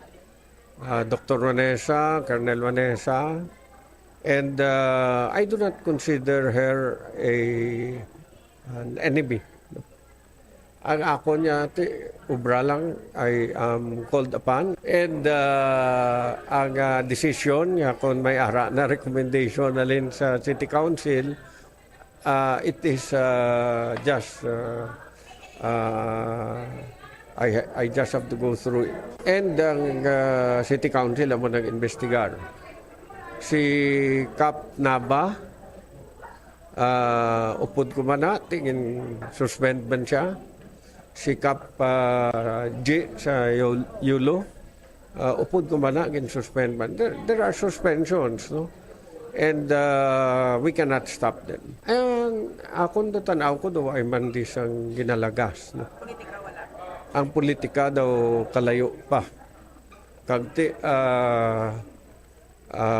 we do not have to suspend anyone to win this election. Bomba Cham nabatian sang mga kabombo naton si Iloilo City Mayor Jerry Tranyas. Why man niya kontra si Mayor? Bomba Cham? Why man niya kontra si Mayor? Wala. Oh. Amo na gani at least black klaro man diri nga ining suspension permado ni Mayor Jerry Tranyas ining suspension kumbaga bilang responsibilidad niya as chief executive nga permahan ini siya para hindi abi or mahatag take effect ining suspension sang punong barangay nga kumbaga naghatag lang sang ilabing igtalupangod ining City Council base man sa reklamo sang mga barangay kagawad dira sa bahin sang barangay San Isidro Haro kag bombot siya with the information nga nabato naton last week of August, subong ni nga semana, magasugod na ang investigasyon sang City Council regarding diri sa mga kaso ni punong barangay Vanessa and madumduman the last week ging suspend naman ini siya sang ako na permahan na gin hatag diri kay punong barangay Ronela Vanessa ang suspension order abi good for 60 days ini siya Bomba Cham. Ang kakulangan lang guro ni punong barangay Vanessa kay di bla hambalya siya ining mga bulong to ululupod man kami to distribute ang iban sila gani pinangayo man sa mga barangay kagawad kagara man sila pag distribution galing kiti waya lang sa kakwa sang mga records bala nga for example labing pulo ka botilya ginhatag ta kay mo sini all accounted for bala Bombo Angel di mo lang nagurong kakulangan ni punong barangay Vanessa kagati mo Cham kung balikan ta kita ang committee report sang committee ni Councilor Rex Marcos Sarabia kung tani ining mga like din pamakal niya balata ni nag-agi-abi nga may bidding na kay ang nga tabo bidrigin munuhan niya lang kuno ang mga barangay kagawad wala nakaagi sa may mga resolution nagdiretso lang bala bakal Bombo Cham amo nang lukuan lang ado kung mag-abusin ng plastada daw ang guwaya sang amo tong nga tsimpo do gin kasugta nila nga bisan way na bidding sige lang nag-open up kon anong plastada si punong barangay Vanessa may pagka-diktador do sa bisan din lang ang gulo do nabudlayan ako maglantaw Bombo Angel kay pag-abot sang mga bulong to di ko nakita mo nga may irregularidad sila dirati bilang isa ka barangay official amba sa ati bisan ano yung matabo hindi ko di hindi ko di mamulos hindi ko ni pagpanginpuslan kay sa illegal ni nagagi pero kung si punong barangay Vanessa pa niya pag-abot sang mga bulong to way pa mabuksan gani ang iban to nga mga barangay kagawa naghamba nga kapa ako lang ni isa ka munyo kapa ako lang nga munyo pinauna-una man sa gani nga para kung kanta ni tos pumuluyo Kag timong batsyam sang gin-open up puntani ni punong Barangay Wanesa sa mga meetings nila kay manangambalya mo gin-open up niya kuno nga ma-procure sang amuni kag kung balaan sa mga kapita sang ukaupod abi niya nga bimunuhan si kap nga tikap kinanglan pa resolusyon kay amuni siya amount dako ning kwanti basi na likawan ang amo sini nga plasada balabang batsyam kung abi wala man sang ano man da kung anong intensyon. Pero malamo kung anong pinakadako nga faktor? Ano ba batsyam? Ang tupad ni Kap nga nakapula ang finger heart nga sign? Nan. Oh. Kasi ko no. Anyway, sige Jel, salamat Ged. Ini si Bombo Angel Pichiliertan para sa the number 1 and most trusted radio network in the country, ang Bombo Radio Philippines. Basta radio, Bombo! Salamat Ged, Bombo Angel Tan. Kung si Mayor Jerry Treñas, pasinya ti katungdanan, tani mo may rekomendasyon from Iloilo City Council. Sa niya mga kopdanan, kung manikagway, kung ginakabig nga kontra, kagang politika, layo pa. Why man kuno yan sang dapat ngay suspend para lang magdaog sa eleksyon? Sa kay Mayor Jerry Treñas, why man siya kontra? Why man sa sang palaligban sila dre? Pero dahil lang gid sa aton sini nga mga kabombo, kabalo pala kamo nga mayara sang display of local products. Sa Subong diri sa bahin karon niya sa syudad sang Iloilo kag malapit na di sa estasyon sang Bombo Radio ara lang gid tubang ta. No, i-check ta bala si Bombo Hana Andasa sa iya sininga report. Han, please go ahead. Bombo Cham, live kita diri Subong sa may Mapa City, Iloilo City proper, kung sa diin may Regional Organic Agriculture Trade Fair and Exhibits 2024 Subong.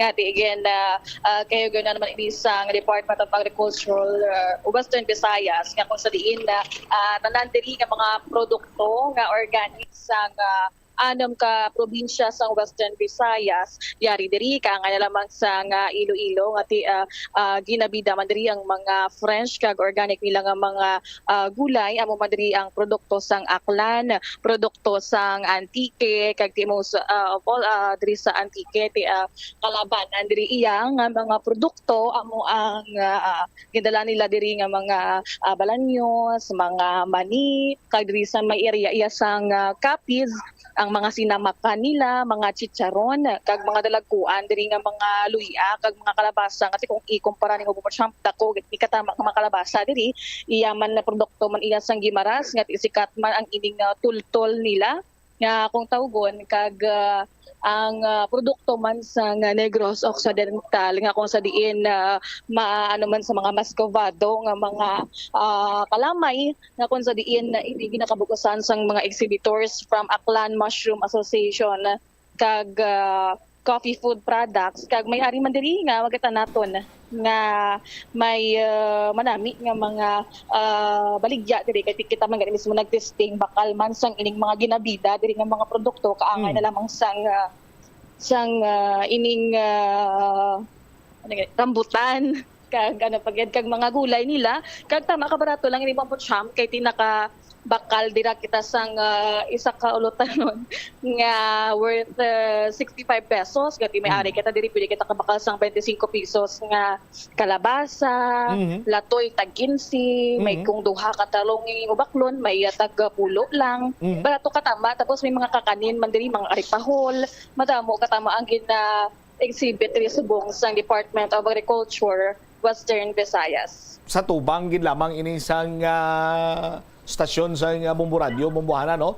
Sa, mention ta, para nga mas makita dayon nila. Tabok, tubang sa stasyon sa Bombo Radio, sa tubang man sang Rabbit Hole, sa kilid sang Gulberry Hotel. Yes. Alright.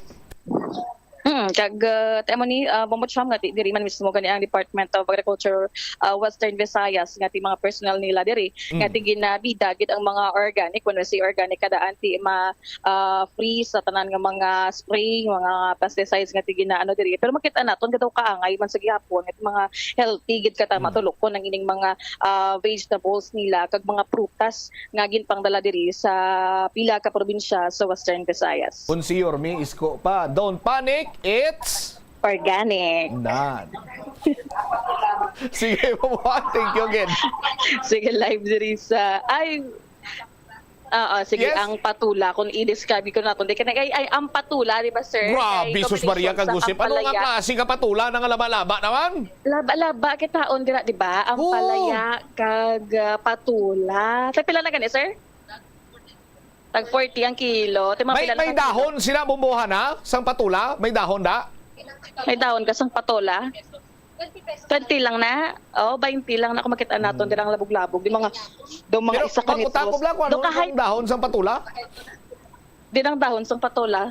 64 pesos na budget per meter. Oo. Pwede kayo di ang 64 pesos nga budget natin Bombosyam kung dili kita magpakal sa exhibit nila diri Pero sa kung amo na kalaba ang patula, bumbuhana, mas interesado ko sa dahon niya?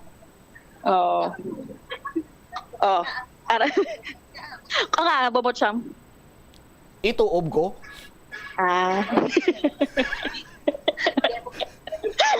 Okay. Ay, ara, pagkipagkita natin yung kapitan ni sir. Ano Ay, Ragoy! Sos Maria Kagusip po. Kalubay. Kalubay. Ilan na ka kilo? Ilang kilo? Around 3.5. Around 3.4, Sos Maria diba? Kagusip po. Kadako. Perte, no? Grabe nga kalubay, no? Oo. Dakuta ang kalubay, no? 200. Ara, may sa likod, pagkit may kapagkita, dras ang tarong, no? Amay, ano na? Okay, napakita di ang talong Bombosyam, no? Kakit-kitan. Pinanagyan ng talong, mas magagmay lang do mga, mga duha kabilog, abi mga 5 pesos lang. May mga kamote, may mga latoy, di 15 lang ang bukos. Kag may mga puso ng saging. Sige. Alright. Live diri sa Mapas City, Iloilo City proper, ini si Bombo Hana Joy Mendoza Andasa para sa number 1 and most trusted radio network in the country, Bombo Radio Philippines. Basta Radio, Bombo. Salamat kida Bombo Hana Andasa sa imo siniyang report. O sa mga kabombo naton luyag magbakala, pwede ka mo makaagi diri sa tubang sa istasyon sa Bombo Radio kag makapamalaklon ka mo dira sa mga exhibit karon sa Department of Agriculture. May mga nagapalabot pa diri sa minsay. Sinyati may duwa man dira ka board of directors sa Gimilco nga empleyado sa Kapitolyo. Tinuway gid sila nagahulag-hulag. May araman nga nagambangan sang una. Paspas Gimaras. Subong gaigod ang Gimaras. Por Diyos, por Santo. Base pa lang makalabot ni sa ERC. Base pa lang maghulag na daslang. Anyway, lapaw nagkikita sa latin, no? Iban sa mga balita kag impormasyon tugyanta sa Iban sa Manu sa Public Affairs Program sang Bombo Radio Iloilo. Standby na kamo sa Block Time Program nga City Hall in Action. Ini si Bombo Chama Blanco Vergabilin sa imo sa mananay nga hapon. May God bless us all. Para sa the number 1 most trusted radio network kinakantri ang Bombo Radio Philippines. Basta Radio! Bombo! Oras! Ang pagpanguyab ang hindi man dapat kahangawan suno sa mga eksperto bangod isa ini ka natural nga proseso bilang response sa kakapoy apang ang ginpaandam sa mga eksperto amo ang sobra-sobra nga pagpanguyab sa diin masobra ka isa ang pagpanguyab sa sulod sang isa ka minuto bilang panugyan sa mga eksperto mas maayo gid nga magkonsulta gilayon sa doktor kung may nanutisyaran nga increase sa pagpanguyab ilabi na gid kung wala man lang sang matumod nga rason. Ang simple nga paghusay sang buhok ang may pila ka maayo nga benepisyo sa lawas. Sunod kay Arthi Ragurama, founder sang Dega Organics nga nagaproduce ng handmade bath kag body products sa New Delhi, India. Ang mga tawo nga may dry hair, ang masami hindi mahilig nga maghusay sang buhok bangod sa kahangawa sang hair fall. Apang ang masami nga paghusay sang buhok ang makabulig sa blood circulation sa aton nga scalp. Naga-nourish man ini sang hair roots, naga-promote sang growth, kay nagabulig man agod nga malikawan ang hair loss. Sa aroma kag soothing feeling sa pag-inom sang tea ang rason sang kadamaan nga paborito nga imnon ang tea. Sunod kay Ansley Hill, registered dietitian sa Western Oregon sa Estados Unidos, ang masobra 3-4 katasa nga pag-inom sang tea sa isa ka adlaw ang makadala sang hindi maayong nga epekto sa lawas. Kinahanglan nga moderate intake lang sa tanan nga ilimnon agod ma-achieve ang healthy living. Mas na namian bala ikaw magtuon sa balay ipaanggid sa eskwelahan nga madamo ang tawo? Isa ka panugyan para epektibo ang pagtuon sa balay, amo ang pagpangita sa designated area agud nga matiniran kung ikaw nagasulat, nagabasa o kung nag-review. Pwede man nga lamesa sa kusina o kung sa desk sa gawa sang inyong nga balay, pero hindi gid maghigda sa imo nga katre samtang nagatuon. Ini bagod nagakatemptar gid ikaw nga magpiyong-piyong, tubtub nga dalayon na ikaw nga matulugan. Siguraduha man nga malimpyo kag organisado ang lugar nga imo ginatun-an. Ini nga pahanumdom ang ginadulong sa imo sang the #1 and most trusted radio network in the country, Bombo Radio Philippines. Basta Radio! Bombo!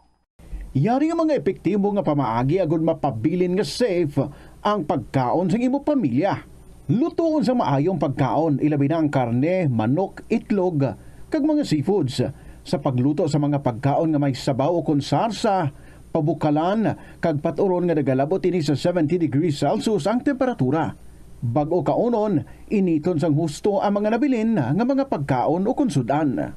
Taguon ang pagkaon sa husto nga temperatura. Hindi pag-ibilin ang naluto nga pagkaon sa ordinaryo nga temperatura sa sulod sang 2 ka oras. Ibutang gilayon sa refrigerator ang luto nga pagkaon kag mga pagkaon nga madasig mapanos.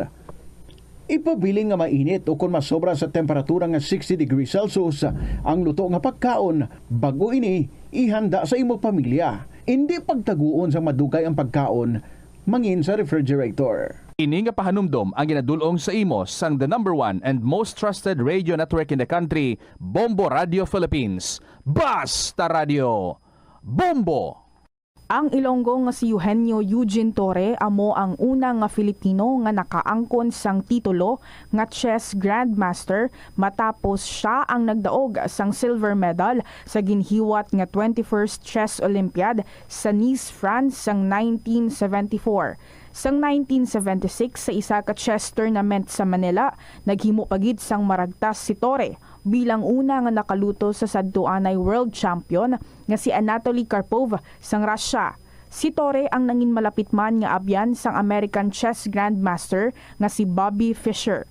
Natawo si Torre sa Iloilo City sadtong November 4, 1951.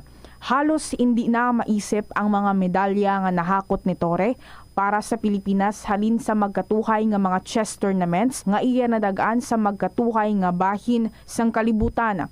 Sang 2021 nalakip si Torre sa World Chess Hall of Fame. Yari ang mga household level fire safety measures nga dapat tandaan agud makalikaw sa sunog sa balay. Hindi magbutang o kung magtipon sang flammable substance o kung chemical nga makatugas ang sunog sa kusina o kung sa sulod sang balay. Ipalayo man sa mga kabataan ang pospro kag lighters. Patya ang kalayo kag baga. Matapos ang pagluto sa kusina, siguraduhon nga wala nagasungaw kag pirmi limpyuhan ang mga kerosene kag gas stoves. Tandaan, ang paglikaw sa sunog sa sulod sa balay, responsibilidad sang bilog nga pamilya. Paano bala mahibaloan ang isa ka impormasyon nga nagapatalang? O kung sala? Una, i-check gid ang source kung sa diin inihalin. Kung ang impormasyon halin sa reputable news outlet, makit-an ini sa ilang website. Ikaduha, i-check ang petsa sang gin-publish ang impormasyon o kung ang article. Ikatatlo, i-check ang detalye sang impormasyon. Basta hagid ang bugos nga istorya bangod posible nga ang detalye ang malayo katama sa nakabutang sa headlines. Mag-fact check. Kung kaisa, bangod sa imo nga kaakig, stress kag disappointment sa kabuhi, nagadesisyon kamo nga wala ninyo ginapalibugan kag ginapadalman. Gani likawi nga maghimo sang desisyon kung ikaw ang akig. Hatagi sang oras ang imo nga kaugalingon, bangod ang imo nga first idea ang hindi mo man kung kaisa makabig nga best idea. Makabulig man nga magpangayo sang perspektibo sa ibang nga tawo, ilabi na kung siya ang nagapangatubang man sang kaangay nga sitwasyon sa ilang nga kabuhi. Kung ang desisyon nga imo ginhimo ang wala nangin madalagon, hindi napagbasulon ang kaugalingon. Ang pinakaunang international bank sa luwasang Manila ginbuksan sa Iloilo sadtong 1883. Iniamo ang Hong Kong and Shanghai Banking Corporation o kun HSBC. Tuig 1875 sang una nagbukas ang branch sa bangko sa Binondo, Manila. Kag April 2, 1883 sang nabuksan ang una nga sangay sini sa Iloilo. Una nga nagtanyag ang bangko sa mga financial services nga nagpasanyog pa sa industriya sang kalamay sa pungsod. Kag sang ulihin nagfinance man ini sa pagtukod sa mga railways. Naghatag man ini sang ayuda sa mga negosyante nga Ilonggo nga sulod sa import kag export industry. Agud makalikaw sa food poisoning o kung paglain sang tiyan, sundo ng ining mga pahanumdom. The following is an independently produced program. The opinions expressed by the commentator and his guests for the duration of the program are solely his own and not that of the station, its managers, or owners.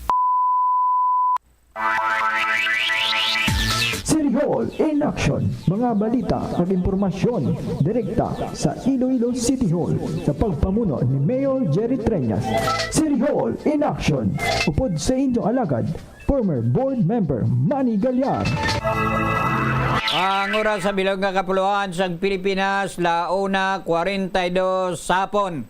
Kamusta mga kautoran naton diri sa bilog nga Western Visayas, sa probinsya sa Iloilo, ilabi na gid sa 180 ka barangay diri sa syudad sa Iloilo. Kamusta kamo tanan-tanan no ng mga suki nato sa kapihan sa distrito sang Molo sang nagligad nakalabay kita dira kag nagatutok gid kuno ang ila sining radio set kada Lunes kag Martes kag Huwebes gali diri sa aton sining palatuntunan kag pila ka mga public affairs program sang Bombo Radio Iloilo. Kabay pa nakapanyaga ng tanan, manamit gid ang pagpanyaga subong yang adlaw mga kabyanan Lunes nga edisyon sa aton sini palatuntunan pizza 26 na sang bulan iya sang Agosto. Katapusan ini mga kabyanan nga semana sang bulan sang Agosto. Kag pista opisyal subong adlaw pamati kamo diri sa aton sini palatuntunan sa mga suki ninyo kada Lunes kag Huwebes nga adlaw ang City Hall in action. Padayon ang kauswagan sa syudad. Let us continue to rise syudad sang Iloilo. Upod kay Inday Raisa Triñas ang masunod mga kabyanan nga congresswoman diri sa syudad sang Iloilo. Why na dua no? Ang pagdaog mga kabyanan ni Inday Raisa Triñas diri sa syudad sang Iloilo. Konsido tertipa, change is coming. Upod pagid kay Mayor Jerry Triñas kag kagawad Miguel Triñas. Upod kita sa padayon nga progreso sang syudad sang pamilyang Ilonggo, Oswag, Iloilo. Welcome to the City of Love. Hindi na Sibulay City. Sa una pa to, nagpalalagyon na itong iban. Nagla-dismiss ng iban. Kaya pinabayaan nila ang operation sa Cebu. Diri sa syudad sa Iloilo mga kabyanan. Pagpungko ni Mayor Jerry Triñas, ginpanglagas ang mga nagabaligya sa Cebu. Kita mo nagalalakpan subong. Kinilo-kilo na sa Cebu ang nagalalakpan. Diri sa syudad sa Iloilo, sang nagligad sini mga kabyanan, pitsi-pitsi, gramo-gramo, ang nagalalakpan. Pagpungko ni Mayor Jerry Triñas, ginkayo niya na di ang syudad sa Iloilo, kag nadula na sa kaisipan sa mga pumuluyo sa nagalain-lain nga lugar sang Pilipinas, bisan sa gwa sang aton nga pugson mga kabyanan. Why na to? Sa una pa to, ang Sibulay City, City of Love na subong diri sa syudad sang Iloilo. Kag subong yang adlaw mga kabyanan sa ato nagipayag public holiday subong pista opisyal bangod sang National Heroes Day nga ginaselebrar naton annually o kon kada tuig mga kabyanan on the last Monday of the August sa katapusan nga Monday nga Lunes mga kabyanan sa bulan nga August nga ginatawag it is known Araw ng mga bayani. Tika mo sa mga bayanita sa una kung ano ang aton mga kabyanan na abtad subong. Bangod na sa mga bayanita nga amo na ginapasidunggan naton kung wala ni sila. Ambot kung hindi kita kutapa nga rasa mga kabyanan sa katsila o kung hindi pasalamatan tagid ni sila mga kabyanan. Kaysa ato nagipayag kung ano kita diri sa Pilipinas. Subong, bangod ina mga kabyanan sa mga tawo nga nagisog sang aton nga kalayaan, sa aton nga kinamatarong sa mga pumuluyong Pilipino, just like Jose Rizal, Antonio Luna, Nasyuno pa iban, Andres Bonifacio, kag si General Emilio Aguinaldo mga kabyanan. Sino pagid? Apolinario Mabini, kag si Gabriela Silang, kag madamo pagid sa iban mga kabyanan nga mga bayaning Pilipino nga way naton mamensyunar mga kabyanan.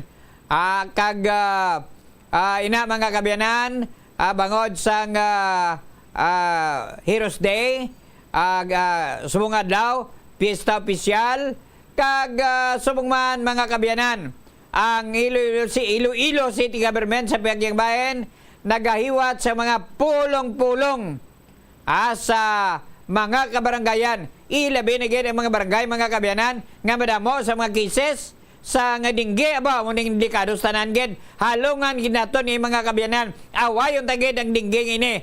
Ang city government naghatagid sa information education campaign para awayon ang didli makahalalit mga kabyanan nga dengue disease nga kagat sang lamok nga ginatawag nga Aedes aegypti.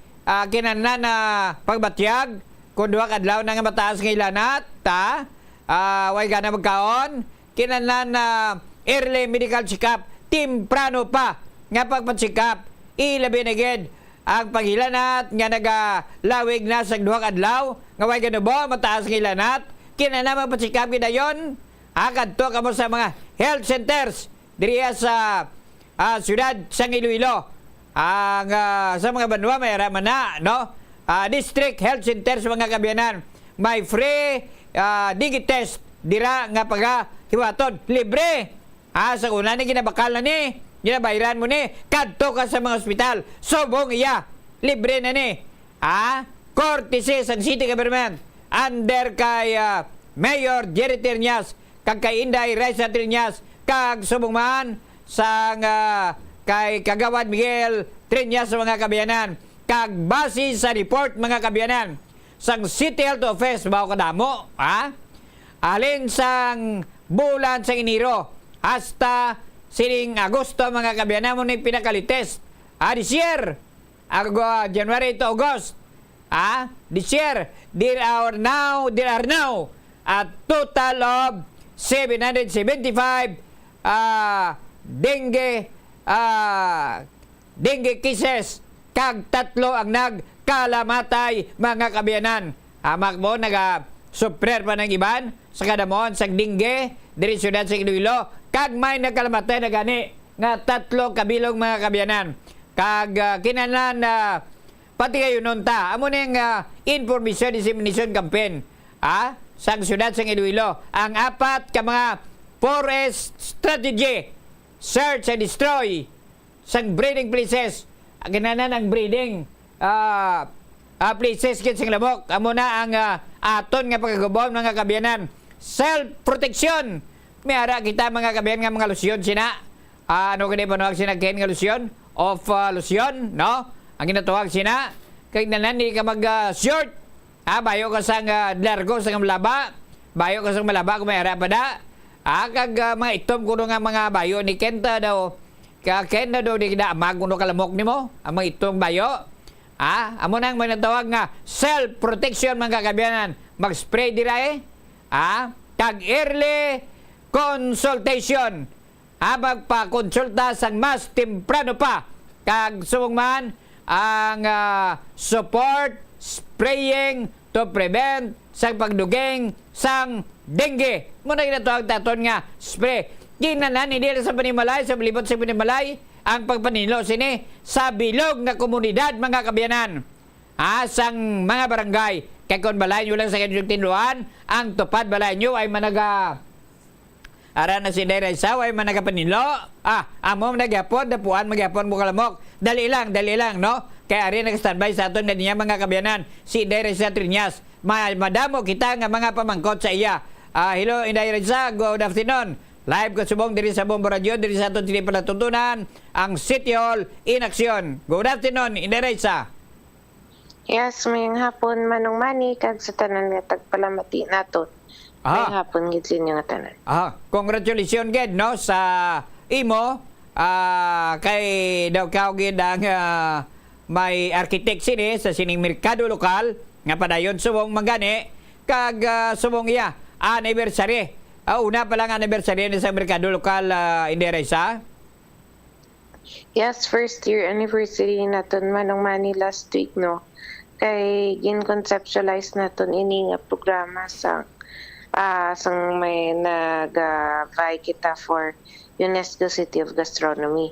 So, kabahin ini nga programa, kay ang nakita naton ng naging gastronomy city ang Iloilo, hindi lang tungod sa pagkaon, pero tungod man sa mga ingredients or mga local produce naton, dako gid na nga bulig nga naging City of Gastronomy kita.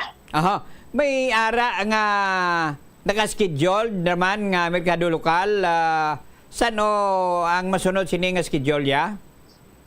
Yes, mga ton schedule ni once a month kita every third week of the month. So next September naman Manong Manny. Next September, no? Kamusta ang turnout sa mga balaligya sa aton sini merkado lokal? Ang akton nga sa merkado lokal naton consistent man duway man ganubo ang ilang mga sales.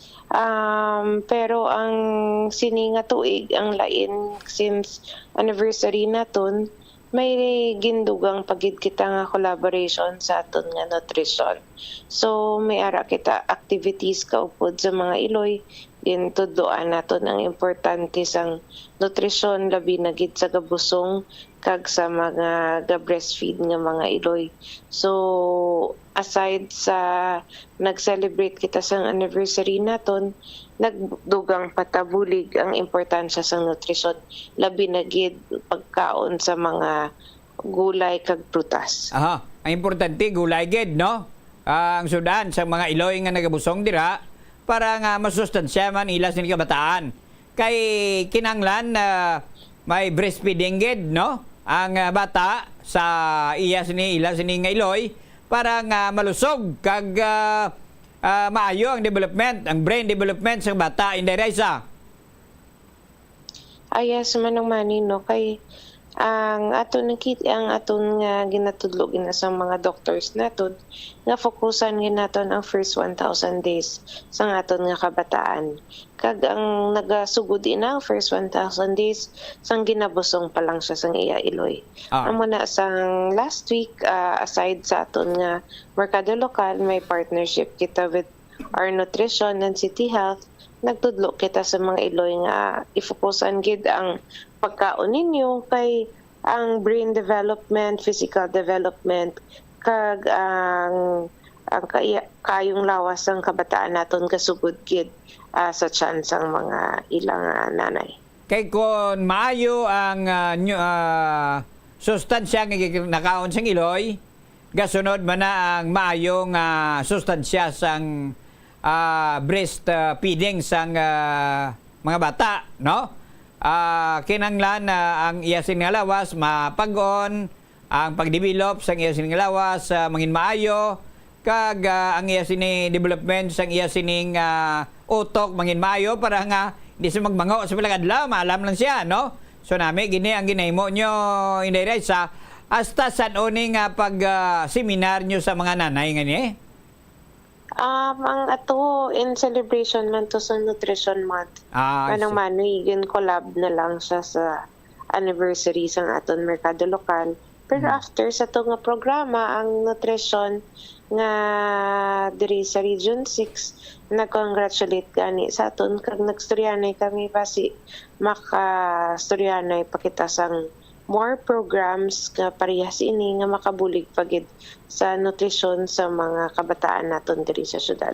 Ang ining palatutunan City Hall in Action nag-congratulate gid sa sining nutrition program nga wherein daw ikaw gid ang nagadumala sining nutrition program para sa mga Iloy kay manti ikaw Iloy man may bata ka man di ba Inday? Yes, Manong Manny, kag amo ni nga gin-share ko gid sila nga ginatutukan ko gid ang nutrition kay ang akon niya nga bata pagbata ko siya do 3 33 weeks lang siya, so medyo maniwang siya, 1.9 kilos. So gintutukan ko gid sa iya ang nutrisyon. Masurti lang kita kay damo nagagiya sa aton.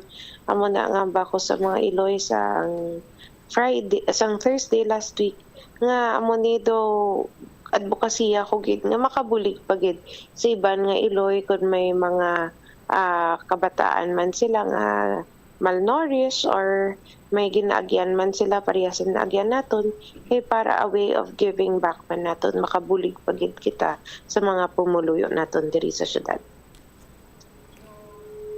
Inyo nabatian mga kabyanan, ginapabatian ninyo si Inday Reyes Triñas ang masunod nga congresswoman diri sa syudad sa Iloilo sa sining nutrition program, breastfeeding sa nagabusong nga mga nanay mga kabyanan kag way gid ini matulupagdan sang pila-pila ka mga administrasyon nga nagagi dire. Kung way mag-interest ta si Inday Reyes Triñas ini, way magsulod si Inday Reyes Triñas, si Inday Reyes pamlangalig na hulat nila, way gid ni ma-introduce mga kabyanan nga sa isang programa mga kabyanan. Now, kadto kita sa daw nangin madinalagon ng job fair, no? Sang nagligad nga Biyernes ata, no? Pizza 23. Daw kadamo gid ang nabaton sa trabaho insigida. Nabaton dayon, no? Kamusta ang assessment nimo sang job fair sang gimpatigayon diri syudad sa Iloilo, Inday Reyes? Yes, manang mani no sa naka-record kita nga hired on the spot. First time, the highest nga na-hired on the spot, 215 applicants ang na-hire na dayon. For further interview naton may 1,338 kita. Manami na ini nga mga numbers kay nakita na naton nga mas nagabulig na kita ang aton nga mga employers nga makadugang pagid sang hired on the spot. Aside sina, tungod sa aton nga mga kumpanya, may ara na sila sang mga ginabutang na da nga ginatawag naton nga kung anong ginahire nila. Like example, may mga gahire sila PWD, gahire sila sa senior citizen, gahire sila LGBT. So, mas specific ng ilang nga ginahire, so hindi na mabudlayan ang mga applicants. Gakadto na lang sila direkta, kundiin ang mga badge sa mga kumpanya kung gahire sila mas diretso na sila dito. Amo na guro mas higher na ang chances ang hired on the spot nato. Pero may dala sila nga daan nga mga biodata, no? Manang maning iban wa ay mandala biodata, may ara na kita sang ate. Assistance to employment tawag naton. Dara kadto lang sila sa help desk kag obrahan naton sila sang resume nila. Basta dala lang sila sang ID picture nila. Mayo kay may kumplito na may ara na nga ACCS. Yes, manang mani gin-share man nato ni kasano kay ina nga programa gin idea man naton kay sang nakagraduate kita college, nag-attend man kita job fair sa eskwela kita, makapos na dito kay ara ng mga SSS PhilHealth Pag-ibig. So ambal ko diri manami man kay isang una sangga negosyo kita, nakita naton nga magasto para sa aplikante. Kadadlaw makadto pa sila sa isa ka government agency sa SSS, tapos sa next naman nga adlaw PhilHealth. Inigin dala na naton one-stop shop para hindi na sila mabudlayan. Ara na tanan, mas mahapos na sa ila, hindi na sila magasusan. Kadto na gid lang sila, may trabahon gid sila nga gahulat para sa ila. Na mga pila ka kompanya ang arada? Ang nag-join manong mani 120. 120, no? Companies ang nag-join sa aton. But of course, ang applicant siguro ni madamo gid. Naka-applicants siguro 2,000 plus. Ang for further interview 1,300.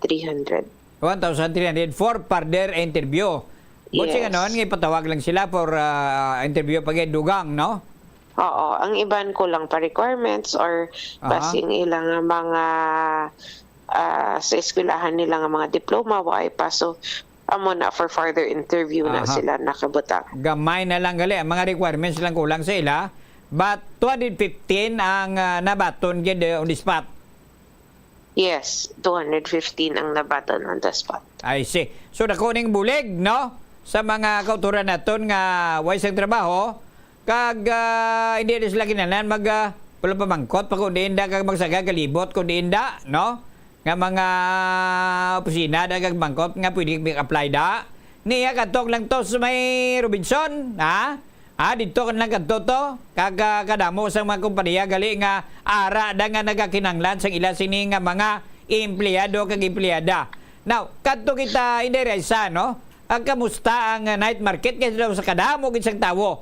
Nga na talo pang danaton sang nagligad nga paghiwat sang night market sang mga apat yung kadlaw. Yes, manang mani, no, 2 weeks ang ato night market every Friday, Saturday, Sunday.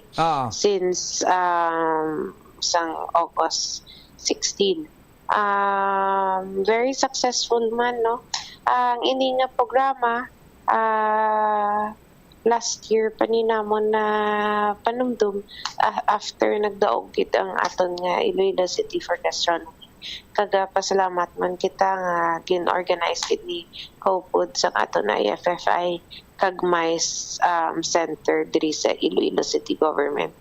Ang ato ni after kita nagdaog sa gastronomy, nanumdum gid kita sa mga programa kay balaan mo manong mani ang Iloilo City dapat may 5 years lang ni mga aton nga titulo nga City of Gastronomy.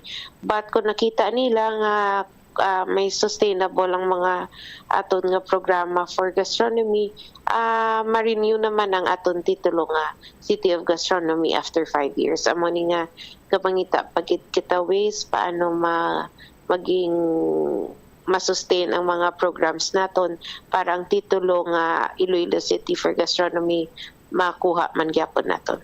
Ang natalo pangdan ko daw puno gid kada tapangko, no? Kada kiusko daw puno gid kagadamo gid ang nagapamalaklon, no? More or less, no? Ang aton nga PNP may counter na sila. Ang naisip nila kung pilagi kitaon nagkaladto da ay nun to kung may ideya ka kung sa sulod sang durante nga paghiwat naton sa night market I don't know kung may idea ka kung pilagid kabilog tanan nga mga tao nagkatuto. Naman isang first day nga kin-launch ang night market to sobra kuno 2,000. Way na ko kapangita sa kapangayo sang data para sang last week. Pero sang first week, ang first day gid sobra 2,000 ang nagkadto sa amount nga gabi. Ay si, hamak mo sobra 2,000 na magdugok di syudad sing Iloilo. Ano nga bulig sa mga negosyante naton diri syudad sing Iloilo sa pagbakal sing ila sini nga mga produkto, tidak ko nga ginansya, no? Makabulig gid sila tanan na sa pangabuhian nila kag makaginansya sila. Siguro mas manami siguro ni Dairasa ko na magapadayon ini kada tuig kay man nagbantugan na bantugan na ni sa Pilipinas ang night market, no? Subong lang ni natabo ang night market kag daw kadamo sa mga tao to nga nakita ta na panilagan ta naghalin pa sa mga ibang nga lugar hindi Raisa. Yes man naman ni balan mong ginaplanuhan gina sa aton my center kung paano tapagid mabuhi ang downtown area naton plus ang aton gastronomy. Nakita naton nga diri sa syudad kadamo sang mga turista kagapangita kita kung diin pagid sila makakadto kon gabi. So ang amo ni nga night market isa ka event nga gin planuhan nga paano pagid makadraw more tourists diri sa syudad sang Iloilo. With the success ng night market sining August, definitely planuhan pagid na nga maging sige-sige ng aton Calle Real night market dito sa downtown. Sunod ni mas masadya pa ni nga kung may ara pagid, no? Masadya pa ni kag dugukan pagid sa mga tao nalin sa mga kabanwanan kag halin pagid sa ibang nga mga lugar Raisa. Now, lastly, no? Ang oras sa bilog nga kapuluan sa Pilipinas, 2:06, no? Nagapamati kamo kay Inday Reza Triñas, ang masunod nga congresswoman diri syudad sang Iloilo. Now, sang nagnigan nga si Mana, may ara kita nga financial assistance, no? Of course, nga ara kamo dira, ara si Mayor Triñas, ara si Kagawad Triñas, ara ang Oswag parte, pila ka mga beneficiary ang natagaan kay daw duha kutong to sa nagnigan nga si Mana daw Merkules kag Huwebes to inderesa. Yes, manang mani, no. Nahatagan ato sa amo itong adlaw. Duwagid ka adlaw, 12,000 ka beneficiaries nga halin gid sa syudad sang Iloilo. 1,000, no? 12,000. 12,000? Oo. 12,000 beneficiaries from the city of Iloilo, muna? Yes, yes. Grabe, no? Tita pilato ang kada bilog? Lain-lain man manong mani kay different man kada sektor. Ang balita tayo nga nabaton nga tentatively may ara naman nga financial assistance ang pag-aabuton sa August 29, Huwebes nga adlaw. Amoy na inday tentative? May ara pagin manong mani kay mabalik si Senator Tol Tolentino para sa August 29 nga assistance pagit. August 29, no? Huwebes nga adlaw. Dira gyapon sa Iloilo Sports Complex. Diri na siguro sa Freedom Grandstand. Freedom Grandstand na. Sports Complex. Dito lang kita naghiwat kay ang capacity makalabot 7,000. So kung sakay Senator Tol Tolentino, diri na kita sa Freedom Grandstand. Daw di gimam sa dok damo guro sa Huwebes. Mga 2,000 man lang siguro. Mga 2,000, no?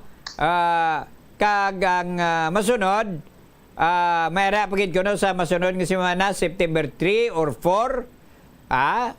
Inday Reza, tuod na? May mga schedule man ng mani kibalan mo kadamo man sang mga senador nga gabulig pagit sa aton kag nakita nila nga dako man bulig sa ila. So may ara pagit kita ongoing schedules pagit depende kung saan ang mag-alalabot ang mga senators naton diri.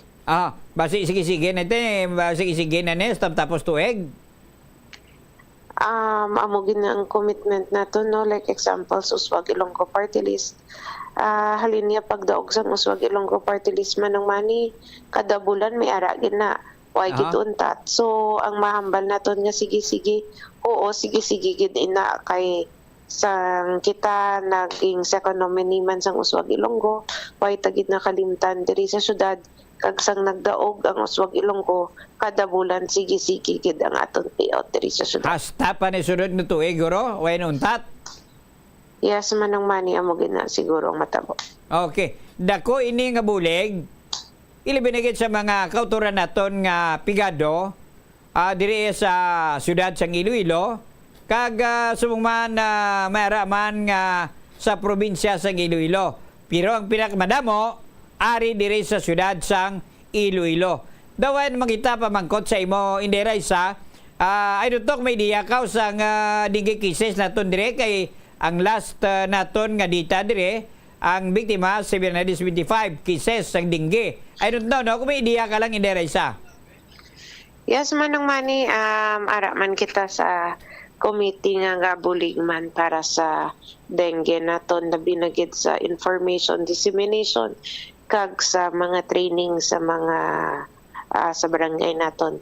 As of now, we have 25 active cases na lang. We have a total of 895 cases, but 866 nag-recover na. I see. Naka-recover na, no? So, maayo, no? Pero ang patay, way madugangan, gabay pa hindi madugangan ng tatlo ni? 4 na ang napatay. 4 na. Kalabanan ni Guro, mga kabataan? Duwa bala ka senior citizen kag duwa man ka mga bata. Okay. Inday Reza, salamat gid, no? Daw alang-alang ang aton sini panahon diri sa aton sini palatuntunan, Kung tani, damo pa kita pamangkot sa imo, garing daw lang alang. Lastly na lang, no? May itugon ka pa sa mga kauturan naton diri sa syudad sa Iloilo, Inday Raisa? Siguro manang ako yung mapanawagan lang gid para sa dengue cases naton. Nakita naton nga gasaka ang aton dengue cases kag ang dako ni nga bulig tani kon matindoan naton ang aton nga mga panimalay, labi na gid ang surrounding naton. Mamo na gani nga gakampanya gid kita para matapna taning dengue kay hindi ni maubras ang Iloilo City Government or sa mga barangay lang naton. Kita tanan dapat maghulag para maninlo para matapna naton ang dengue diri sa syudad sa Iloilo. Okay. Salamat gid, Inday Raisa. Thank you gid manang Manny. Inyo nabatian mga kabiyanan ang masunod nga Congresswoman diri syudad sa Iloilo, Inday Raisa Triñas mga kabiyanan. Amo tong mga programa nga para gid sa tanan nga kayuhan sa mga pumuluyo diri sa syudad sa Iloilo. Bangod mga kabiyanan sa iya sini pagbalikid ni Inday Raisa kag ang Triñas Administration. Damo pa kung tani kita nga mga isyos ka pagabalan diri sa aton sini panatunan. Damo pa kita kung tani sa mga balita sa Wibis nga adlaw bala talakayon tani ang pila ka mga isyos diri sa syudad sa Iloilo mga kabiyanan. Diri sa aton panatunan. Bantayin ninyo sa Wibis nga adlaw 9:30 ang Takna Saga diri sa Bombo Radio ang City Hall in Action. Ini ang inyo lagad si former board member Manny Galyar. Nagasiling sa inyo sang maayad-ayad gid nga hapon kaninyo nga tanan. The preceding was an independently produced program. The opinions expressed by the commentator and his guests for the duration of the program are solely his own and not that of the station, its managers, or owners.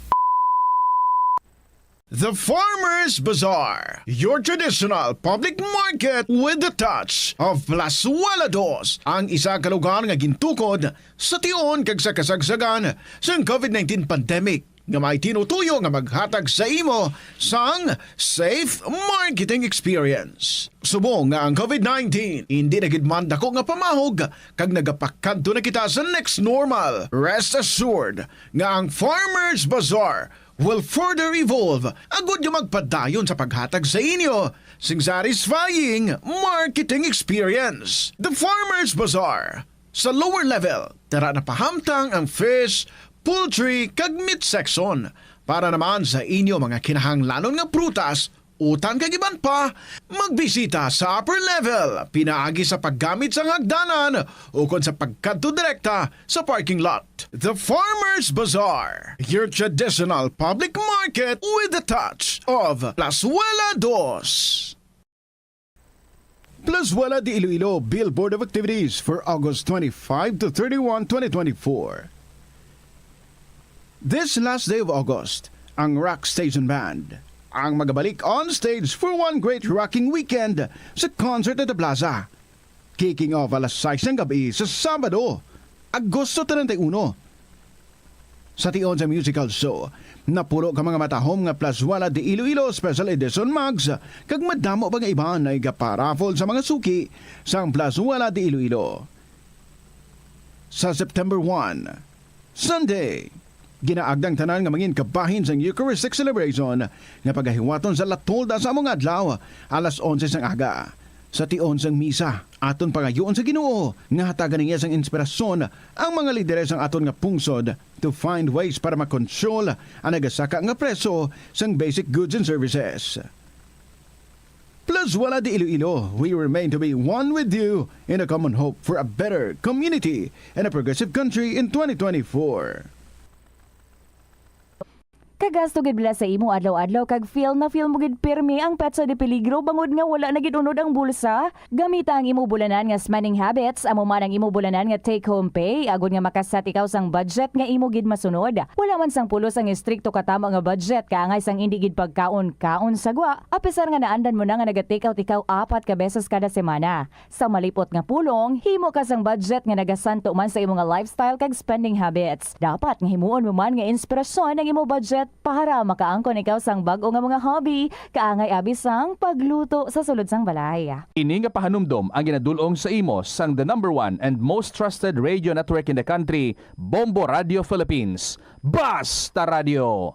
Bombo! Kung sa imo pagbugtaw, magpalanakit man lang ang imo lawas, base hindi ka naman namian magtulog.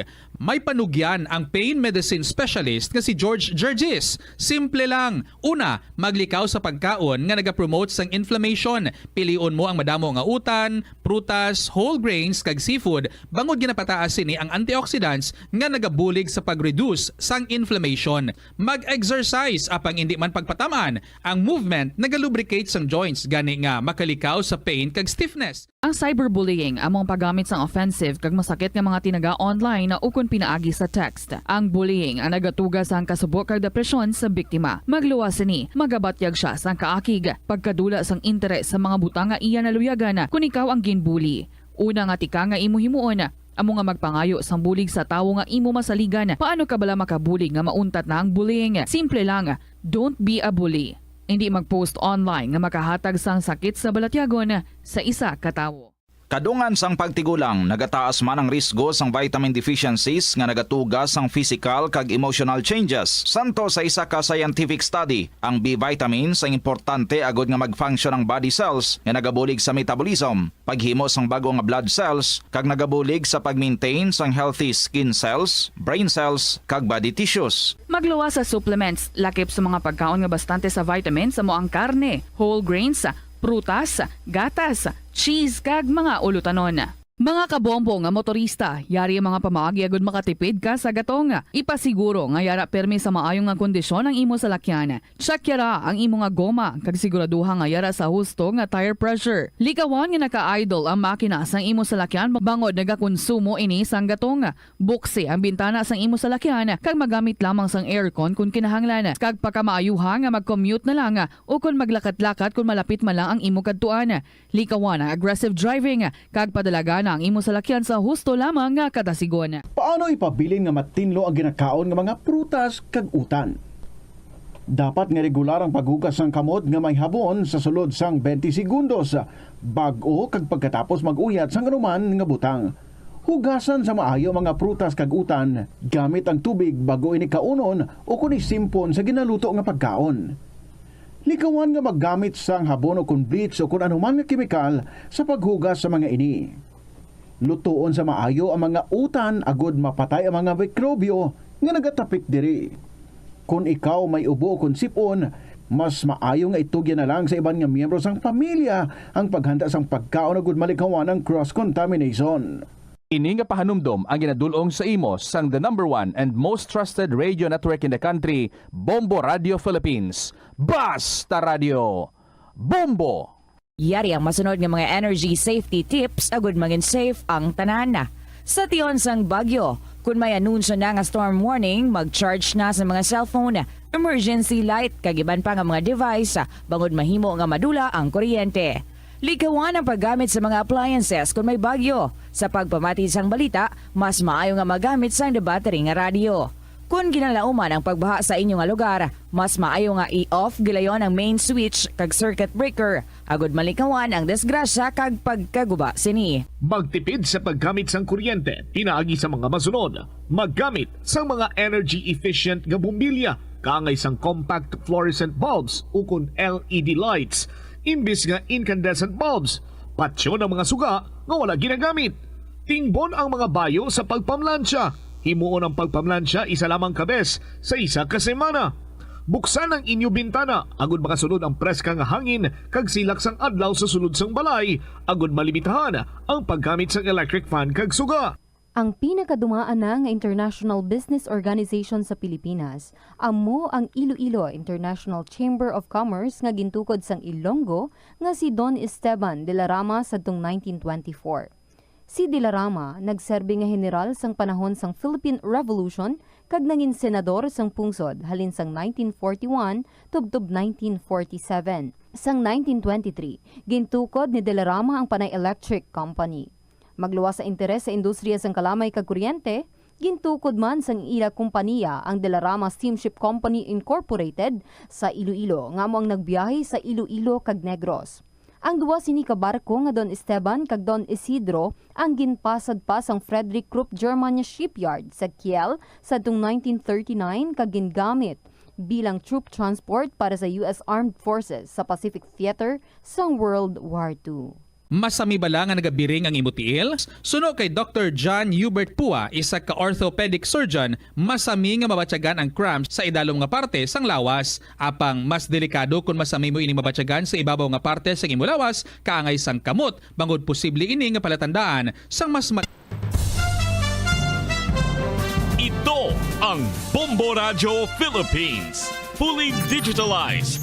Numero 1 sa balita, komentaryo, drama at serbisyo publiko. Bombo Radio Philippines. Bombo Radio Philippines. Ang inyong #1 at most trusted radio network in the country. Basta Radio Bombo!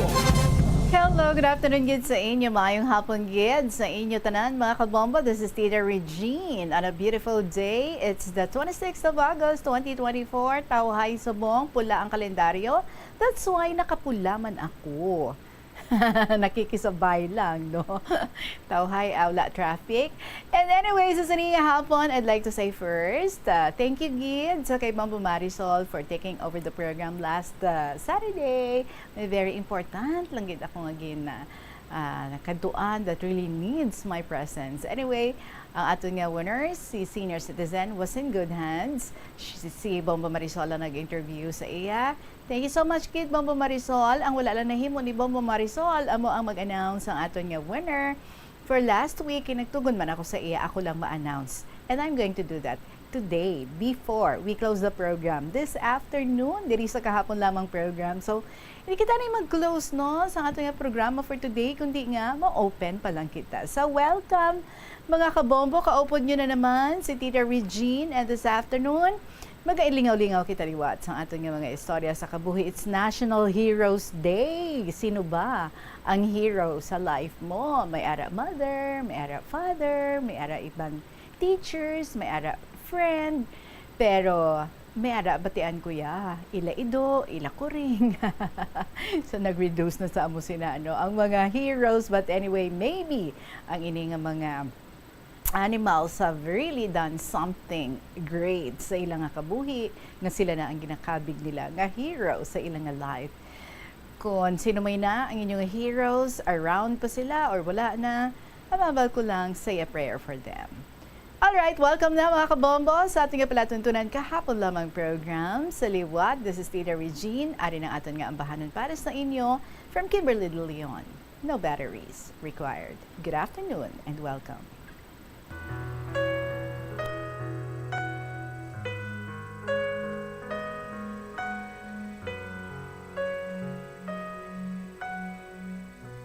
It's in the way that I'm wired. Maybe I'm just built this way. Maybe I'm just built this way. Should have come with a sign. Fragile without warranty. Caution, but it's just like me. It's my factory defect. Sorry if I easily break. There's not much tension I can take. Ooh, it's the flaw in my design.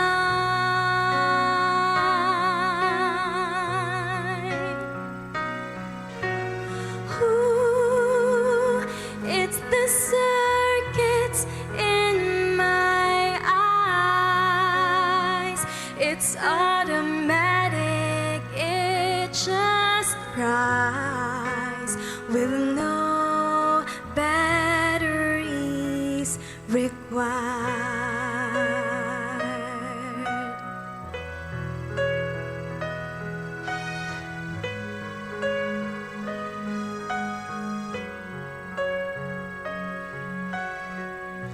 It's in the way they put my parts, installed me my recycled heart, my recycled heart.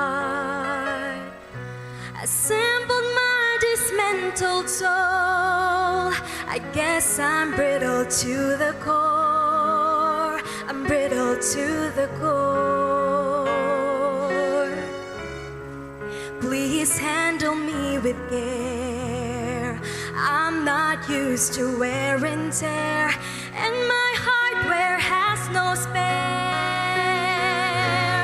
Ooh, it's the flaw in my design.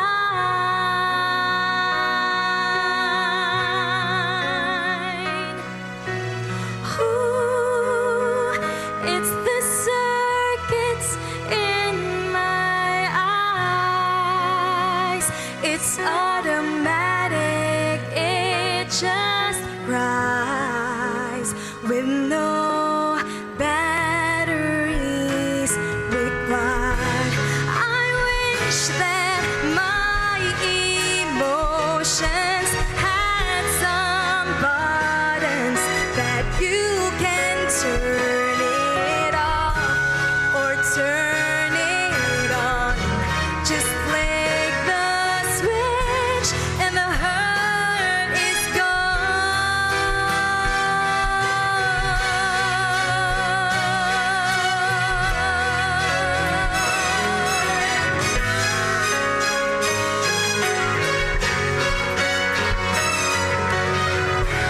It's my factory defect.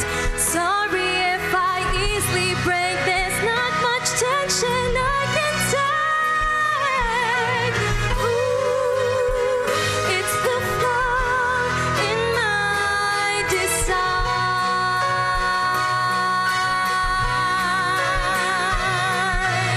Ooh, it's the circuits in my eyes. It's automatic, it just flies with no batteries required.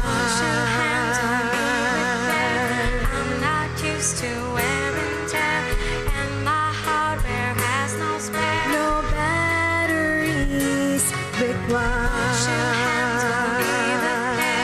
I'm not used to wear and tear, and my hardware has no spare. No batteries required.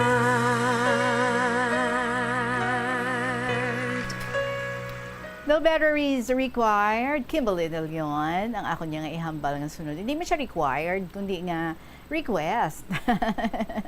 Sa inyo dira, I'm requesting for your stories to be shared. Ipalabot na diri sa kahapon lamang program para padayon lang ang aton nga kalingawan every afternoon, halin Lunes, tub-tub, Sabado. Sa inyo nga mga beautiful, super beautiful gid. Nga mga istorya dira mga kabombo, pwede nga ma-email sa bombo_iloilo@bomboradio.info or pwede man isulat sa gihapon and then ipadala nyo lang sa kahapon lamang program DYFM, Bombo Radio, Iloilo, Sky City Tower, Mapa Street, Iloilo City. It's 29 minutes after 2 o'clock. It's high time. Nga mag-umpisa na kita basa sa ating mga istorya. So here we go with our first story this afternoon from Joy, sang Leganes. My dearest, Tita Regine.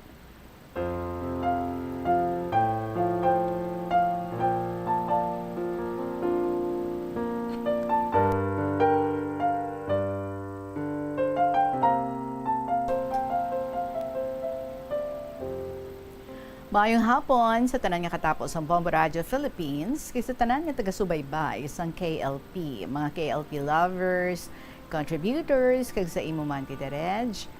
Diri ko sugura ng akon nga kasaysayan Tita Regine, parte sa inagyan sa akon nga iloy kag akon mga utod. Tuig 1987, nagaluto si mama ko sang donut kag bitso-bitso nga inubaligya.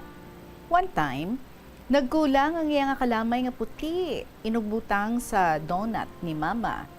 Ginsugo niya si Connie nga mabakal sang kalamay nga puti, pero wala siya nagpati.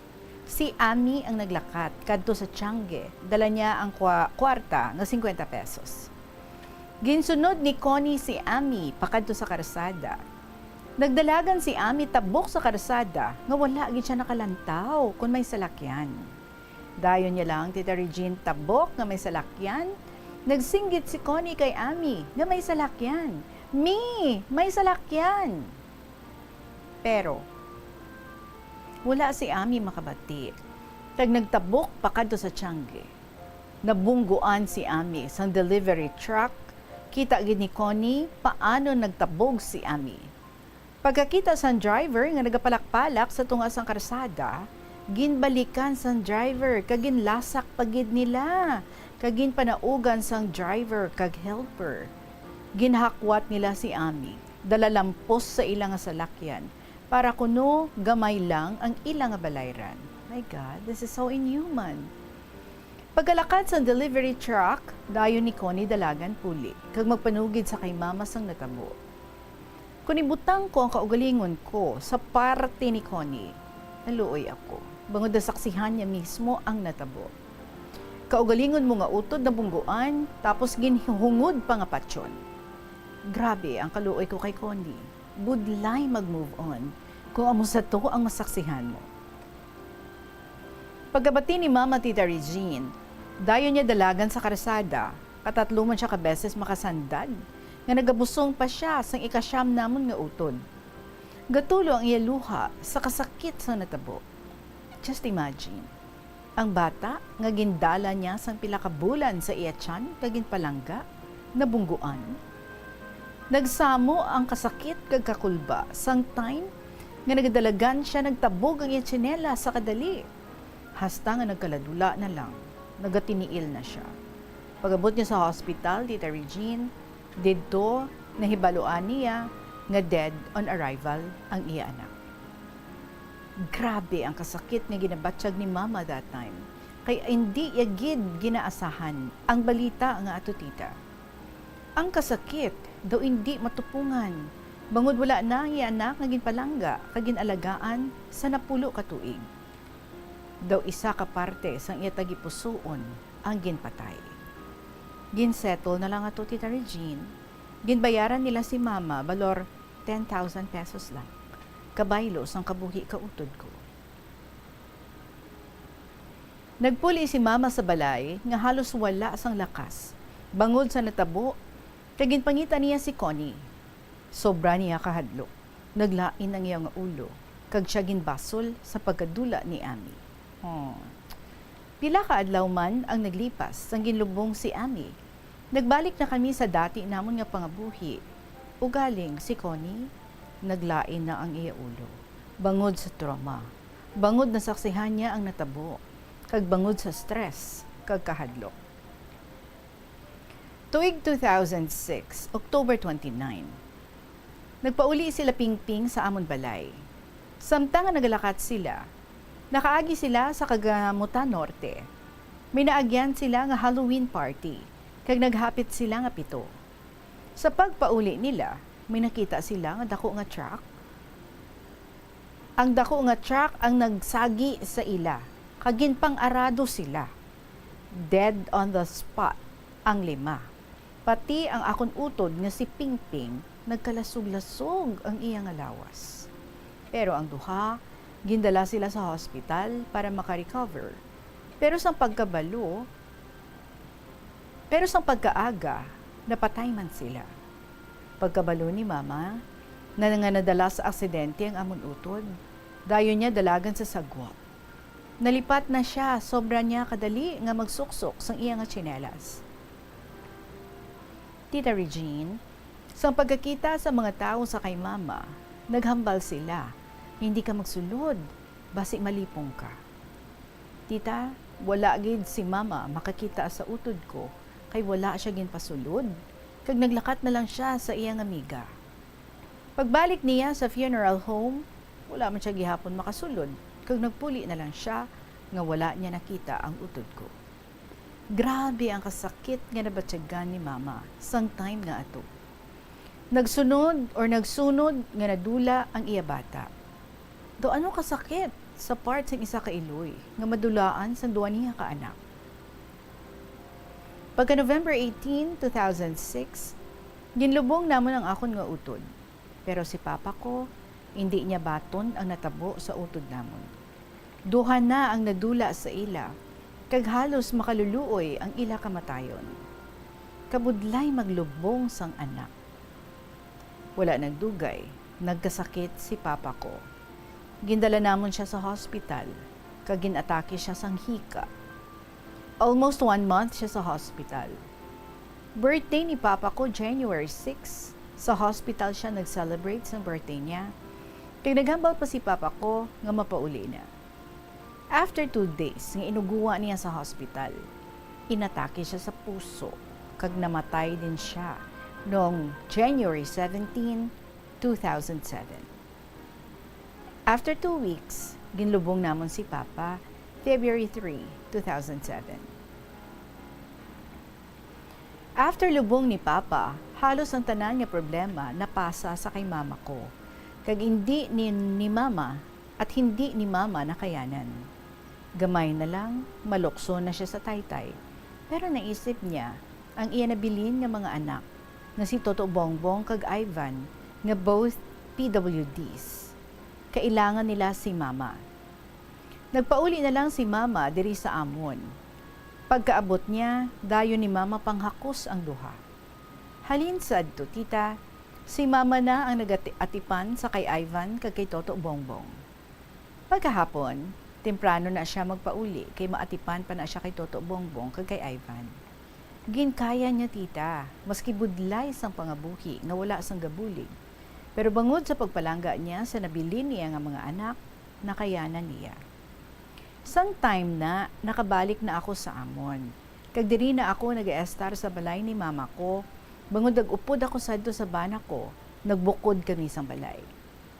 Isa ka adlaw, tapos si mama pangadi sa patay, nagpauli siya para maligo. Pagkatapos niya paligo, nagpungko siya sa hagdanan, kag gulpi lang siya natumba. Kag dayon man nagsinggit si Jasmine, nga si mama kuno natumba sa hagdanan. Dayon namon gindala si mama sa hospital. Na-confine siya, Tita Regine, 7 ka adlaw siya nga na-comatose. Kaging pasulod namon siya sa ICU para matutukan sa mga doktor. Sang ara si mama sa ICU, aga pa ko gintawgan ni Jasmine nga makadto sa hospital para magdala sang kinahanglanon ni mama. Pagkaaga, nagpanglaba ako. Ginsugo ko si Connie, nga atipanon niya si Toto Bongbong, nga pakanon niya. Pagkuha ni Connie sa moskitero, nakita niya si Toto Bongbong nga wala na kuno maghulag.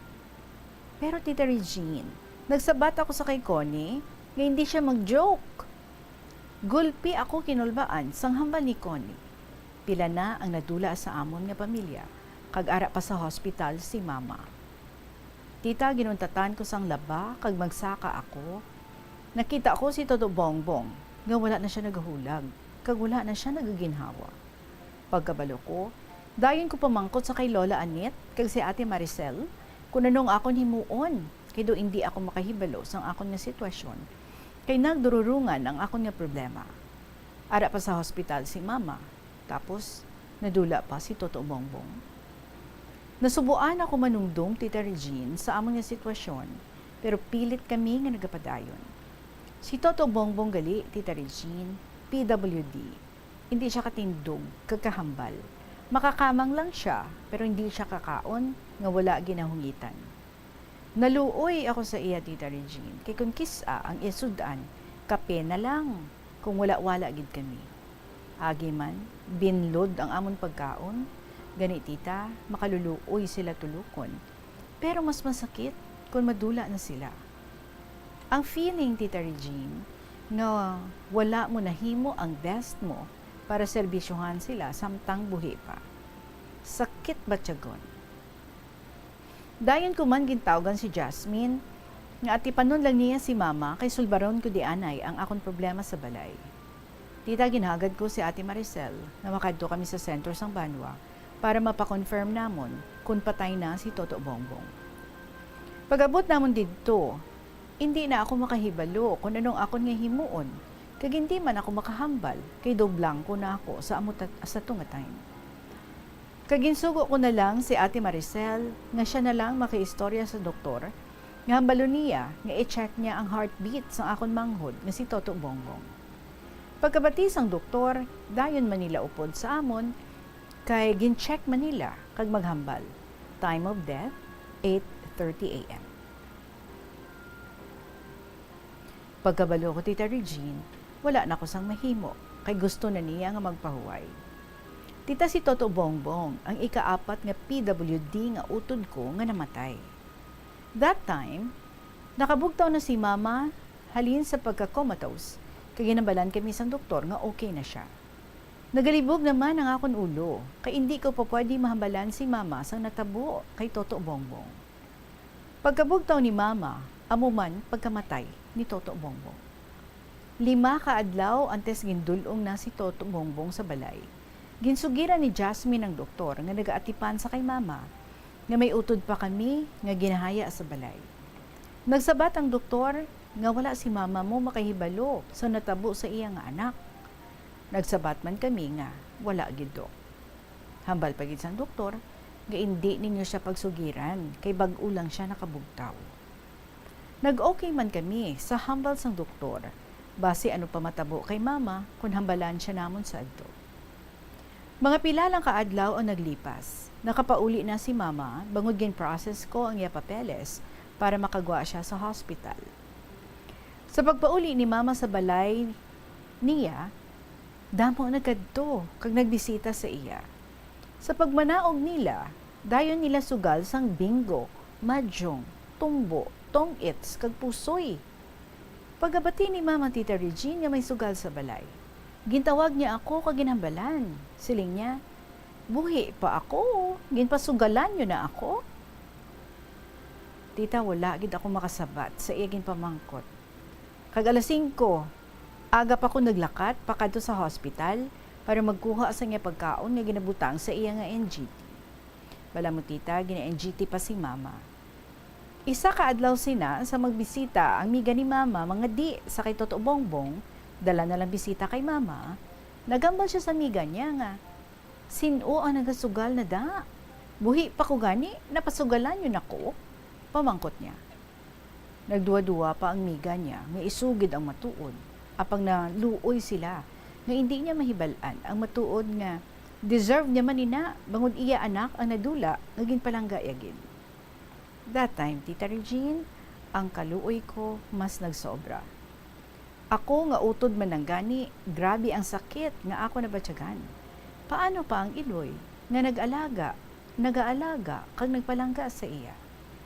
Maski imo lang kami tita, ginatry gid ni Mama nga baklan kami sang manamit nga pagkaon, lalo na ang mga lupog nga kisalang makatilaw sang iban nga pagkaon. Maski budlay, Tita Regine. Samtang nga nagatulo ang luha ni Mama, kaluoy kay kasakit gid ang nabatyagan ko bangod sa amon nga naagyan. Sobra kabudlay. Lalo na sa amon dakila nga iloy, apang gapadayon lang siya maski budlay.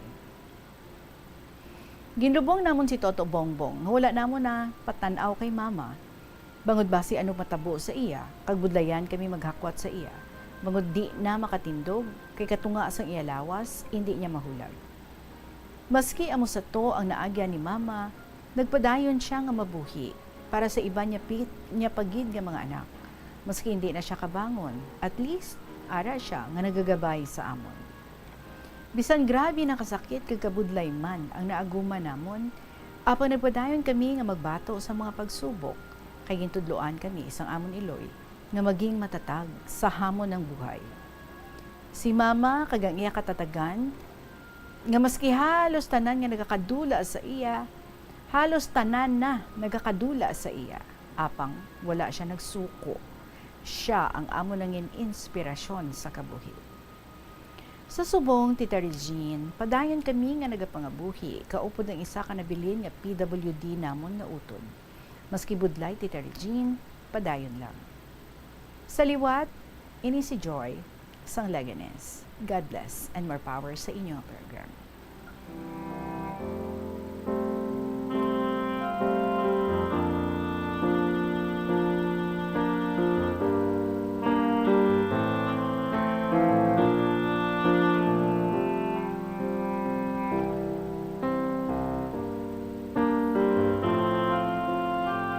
Joy, thank you so much, Gid, for this story nga gin-share mo. Very sad. pero sa strength kag resiliency sang inyo nga iloy nga ginapakita, I hope dira gid kamo magkuha sang inspirasyon sa pagpadayon, sa pagpangatubang, whatever it is that life brings to us. Kag ang ginahambal gani, let us still remain thankful to whatever circumstances na mag-aabot sa aton nga kabuhi, because in the end may maayo gid nga igabilin ang tanan para sa aton. So let us keep our faith and let us continue entrusting everything sa aton nga Ginoo. Let us remain steadfast and at the same time focus our gaze on the Lord. Salamat gid sa imo, Joyce, ang Leganes, for sharing with us your story. And kabay no nga naka-recover na ang imong mother sa iyang health, and sa gihapon she would remain a pillar of strength para sa inyo tanan. 47 minutos makaligad ang alas 2 sa hapon, magapanabalik ang KLP pagkatapos ng pila ka mga importante nga mga pahibalo. Nagasala ka bala sa imo nga tulunan kag daw hindi ka makahibalo kung ano ang imo nga unahon? Kung magtuon ikaw, siguraduhang anay nga nakakaon ikaw sang maayo, agud nga maka-function ang imo nga utok. Kung gusto mo ang snacks, siguraduhan man nga napreparar na ini antes pa man ang imo study time. Bangod basi, mawili ikaw sa pagkuti sang imo nga pagkaon kag ma-distract ikaw sa imo nga tulunan. Siguraduhan man nga tapos na ang imo nga olobrahon sa sulod sang balay para nga makalikaw sa interruption kag para sigurado naman nga maka-relax ikaw kung matapos mo na ang pag-review. Ini nga pahanumdom ang ginadulong sa imo sang the #1 and most trusted radio network in the country, Bombo Radio Philippines. Basta Radio Bombo! Gabulig sa paglikaw sa nanuhay tuay nga balatian ang simple nga pagkaon sang citrus fruits kaangay sang pomelo nga puno sang powerful immune boosting antioxidant. Ang pomelo ang puno man sang lycopene, isa ka anti-inflammatory, anti-aging antioxidant nga nagapanami sang supat. Ang duga naman sang panit kag dahon sang pomelo ang natukiban nga makapatay sang cancer cells kag nagapalikaw sa paglapta sini sandig sa test tube studies. Kaunta sang La Paz Batchoy. Ang Iloilo ang kilala bilang home of La Paz Batchoy. Mahimo kagid nga maglibot sa Iloilo, mag-food trip, kag ikaw mismo ang maghusgar kung ano ka namit ang La Paz Batchoy. Pwede mo gid ma-enjoy ang La Paz Batchoy nga may pandesal kag puto. Butangi man sang gamay nga paminta kag patis ang sabaw. I-mix sang maayo. Kag enjoy. Kung kulang pa kag wala pa nabusog, pwede gid nga magpadugang sang sabaw. Sa kasakuon sa mga ginikanan subong, tumalagsahon na lang kamo nagaupod bisan magkaon. Apang bisan anuman kun tani nga kasakuon sang miyembro sang pamilya, hatagi gid sang oras nga kamo makaupdanay sa kalan-an o kun makalagaw kun wala sang trabaho. Kung nagaplano sa aktibidad agod nga maka-enjoy upod ang imong nga pamilya, tandaan nga ang focus nyo amo ang pag-spend sang inyo oras nga updanay kag wala dapat sang iban nga mga bagay nga ginapaminsar kaangay sang trabaho o kun homework. Pila ng imo edad? May savings ka na bala? Ang iban sa aton nagakabudlayan magkinot o kung mag-save sang kwarta. Apang paano bala iniumpisahan? I-separate ang wants kag needs. Pamangkuton ang kaugalingon kung bala kinahanglanon gid ang imo nga baklon. Kung ginakulang ka na sang kwarta, hindi ini dapat pagastuhon sa butang nga hindi man lang importante. Kung hindi ka gid makakinot, mas maayo nga buhinan mong imo expenses. Mag-set sang goal. Umpisahi ang pagpanumdum kung para sa diin o kung para sa ano ikaw nagakinot. Paano ba lamang kalikaw sa aksidente sa dalan? Yari mga tips nga dapat tandaan sa tion nga nagamaneho. Una, likawan ang masaming nga pagsaylo sang linya. Ang swerving o kung pagsaylo sang lane sa isa ka delikado nga maneuver nga masaming ginatunaan sang bunggo anay. Kung himuon ini, siguraduhon nga may bastante ang oras kag espasyo. Ikaduha, i-check ang blind spots. I-check ang mirrors kung clear ang alagyan. Magbalikid o kung maglantaw sa nagaagi sa ibang nga anggulo, agod makasigurado nga maathag ang alagyan. Ang responsable nga driver ang masaming nga handa sa anuman nga aksidente. Kabahin na sang pagkaresponsable ang pagkuha sa nga insurance, agod masigurado nga may peace of mind sa dalan. Ini nga pahanumdom ang ginadulong sa imo sang the #1 and most trusted radio network in the country, Bombo Radio Philippines. Basta Radio Bombo! Tanan kita mayara sang mabulig agud pakibatuan ang climate change. Magamit sang bag nga pwede magamit sang liwat-liwat agud mabuhinan ang plastic bag nga ginahaboy. Bangod ini nagatugas ang greenhouse gases. Ikaduha, hindi masumi magamit sang computer. Kung 4 ka oras lamang sa isa ka adlaw ang imo nga paggamit sang computer, makabuhing ka na sang carbon dioxide emission nga 83%.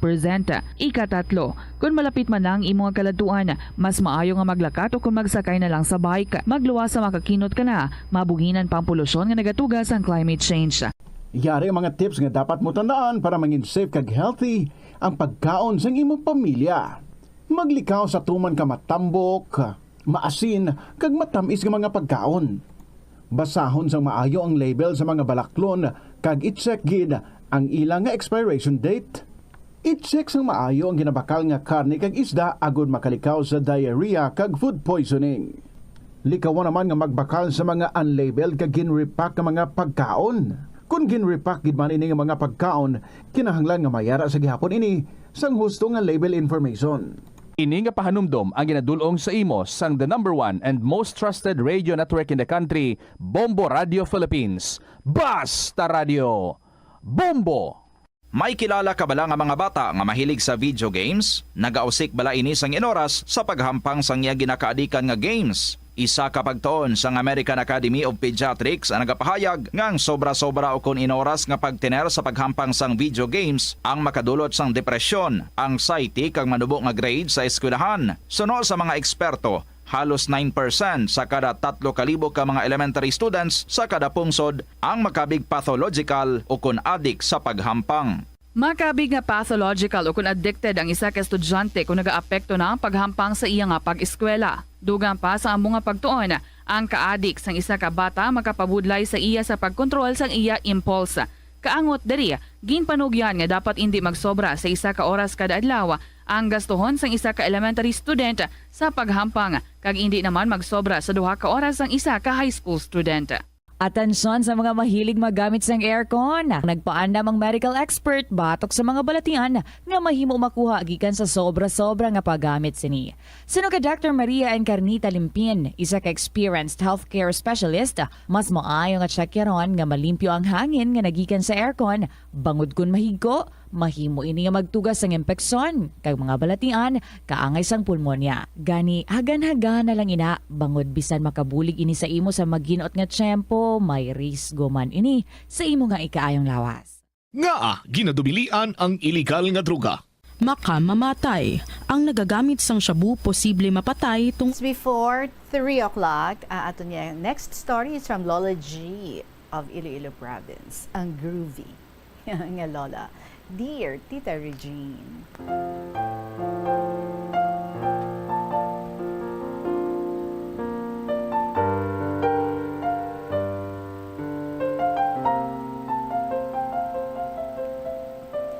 Hello, hello, hello. This is Spanish, Mexican tita na pusong Pinoy. A pleasant afternoon, everyone. The above statement, tita, is just a joke. Basi masiling sila, guwapa pa ako kay Pia, kagka-trio na, hehe. Ang matuod, laking probinsya lang ako, fresh from the farm. Natural, Pinay na Pinay, Guwapa gani si ay, importante tita may i-share sa KLP. So, tutok na.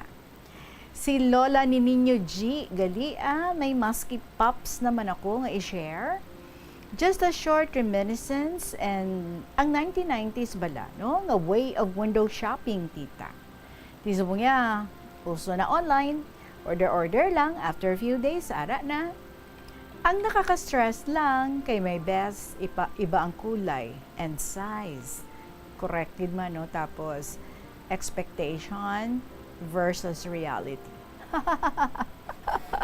Kapila mo ko mabiktima. Anyway, tita, balik kita sa window shopping. 1996 ata, sa nagahapit gid ko sa isa ka department store, malapit lang sa ginatrabahoan namon sadto. Usually, may na-assign dira nga CRS, ambot Customers Relation Service, whatever. Ga-enjoy ko syempre, tita, lalo na kung mga pogi ang mga nagalibot da, diba? Bala nyo, tita, since I was a kid, wow, weakness ko ginaiya ang mga pogi. Bisan ano ko ka-busy, basta may gwapo, ay, Must stop, look, and listen ginaya si iyay ninyo. Now, lola na. Hehe.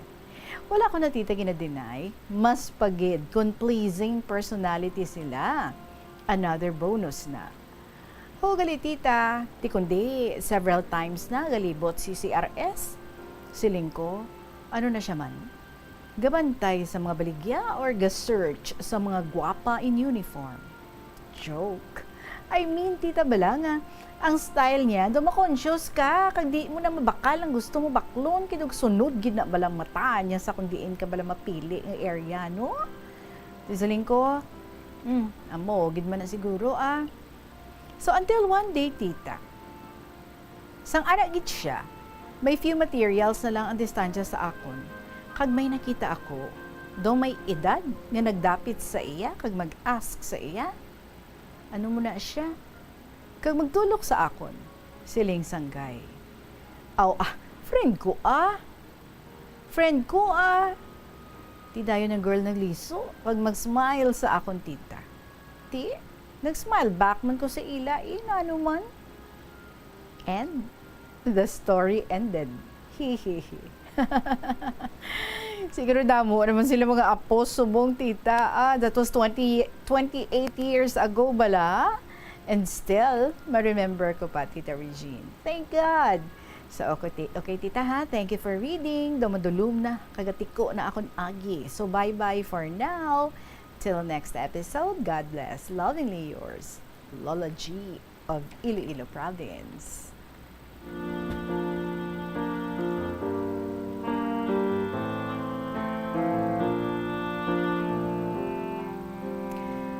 Well, subong, when it comes to shopping, you can do both. Pwede ka window shop, still, no? And at the same time, may option ka man kung tabrang kayo magkadto sa mga malls, sa mga shopping, sa mga department stores, sa mga shopping centers. Order ka na lang yan online, mula na galing, manage your own disappointment. Reality versus expectation ang nahambal gani nila. And correct na you said about sa picture ko tong takom gidya katama kan namin sa material pag abot ganin sa imo ito kalalayo man ni kag hindi man ni amo worst ang iba in-check pa. So iba nga mga items walang order mo in-check hindi mo maintindihan. Well, anyway, do kasadya man, kaisa do medyo mataas-taas man ng imong kilay. But anyway, thank you, Gid. Na-remember mo pa ha, si Mr. CRS? You are right. Siguro kadamo, sa mga kaapuhan sa Subong. But anyway, until now, hilig ka pagyapon sa mga gwapo. Well, surround yourself with all the gwapos. Anyway, look mo lang, Look but don't touch. Mga kabombo, mga sunod na, inyong mga paborito ng mga dramas diri sa Bombo Radio. Tuyang Ermitanya after KLP to be followed by Provincial Jail and Dear Diary. Thank you so much. At natin yung mga letter senders for today. Actually, duwaman lang, Si Joyce ng Leganes and Lola G of Iloilo Province and hope makakarami tayo tomorrow. So for your own story sa liwat, email sa bombo_iloilo@bomboradio.info or isulat and then ipadala sa kahapon lamang program DYFM Bombo Radio Iloilo, Sky City Tower, Mapa Street, Iloilo City. And now, what I promised to you earlier sa nag-open kita sa aton nga program, now is the time for me to announce ang aton nga winner kay ako lang ang ma-announce. Para sa subong hapon. Again, thank you kay Bombo Marisol sa pag-take care sa ating program last Saturday. Salamat sa tanan natin ng mga letter senders for last week. Siyempre, one story stood out kag baton ang tag-iyas ang sininga sulat. Sang 1,000 pesos nga cash kag pag-interviewon naton. Hopefully, live, diri sa studio sa Bombo Radio. But if ato siya sa abroad, pwede gid nga maka-video call kita sa iya. Hope ma-arrange natin ini with him. Congratulations gid sa imo, Toto sang Iloilo. Sa liwat, Toto sang Iloilo. Iya nga story ito ba lang nga napatay ang iya nga mother but until now hindi gid siya so far pagid maka-move on. And according sa iya, may ara pagid nga struggle siya nga ginatubang kay may sakit siya nga ginapangatubang as of this time. So congratulations sa imo Toto sa Iloilo, ikaw ang ato nga winner. Maga-interview ako sa imo next Saturday ba ulihi nga adlaw para sa bulan sang Agosto, August 31. Thank you so much gid sa inyo tanan. I'll be back again tomorrow. Sa gihapon ninyo alagad si Tita Regine para sa kahapon lamang program. Salamat gid. Good afternoon and God bless.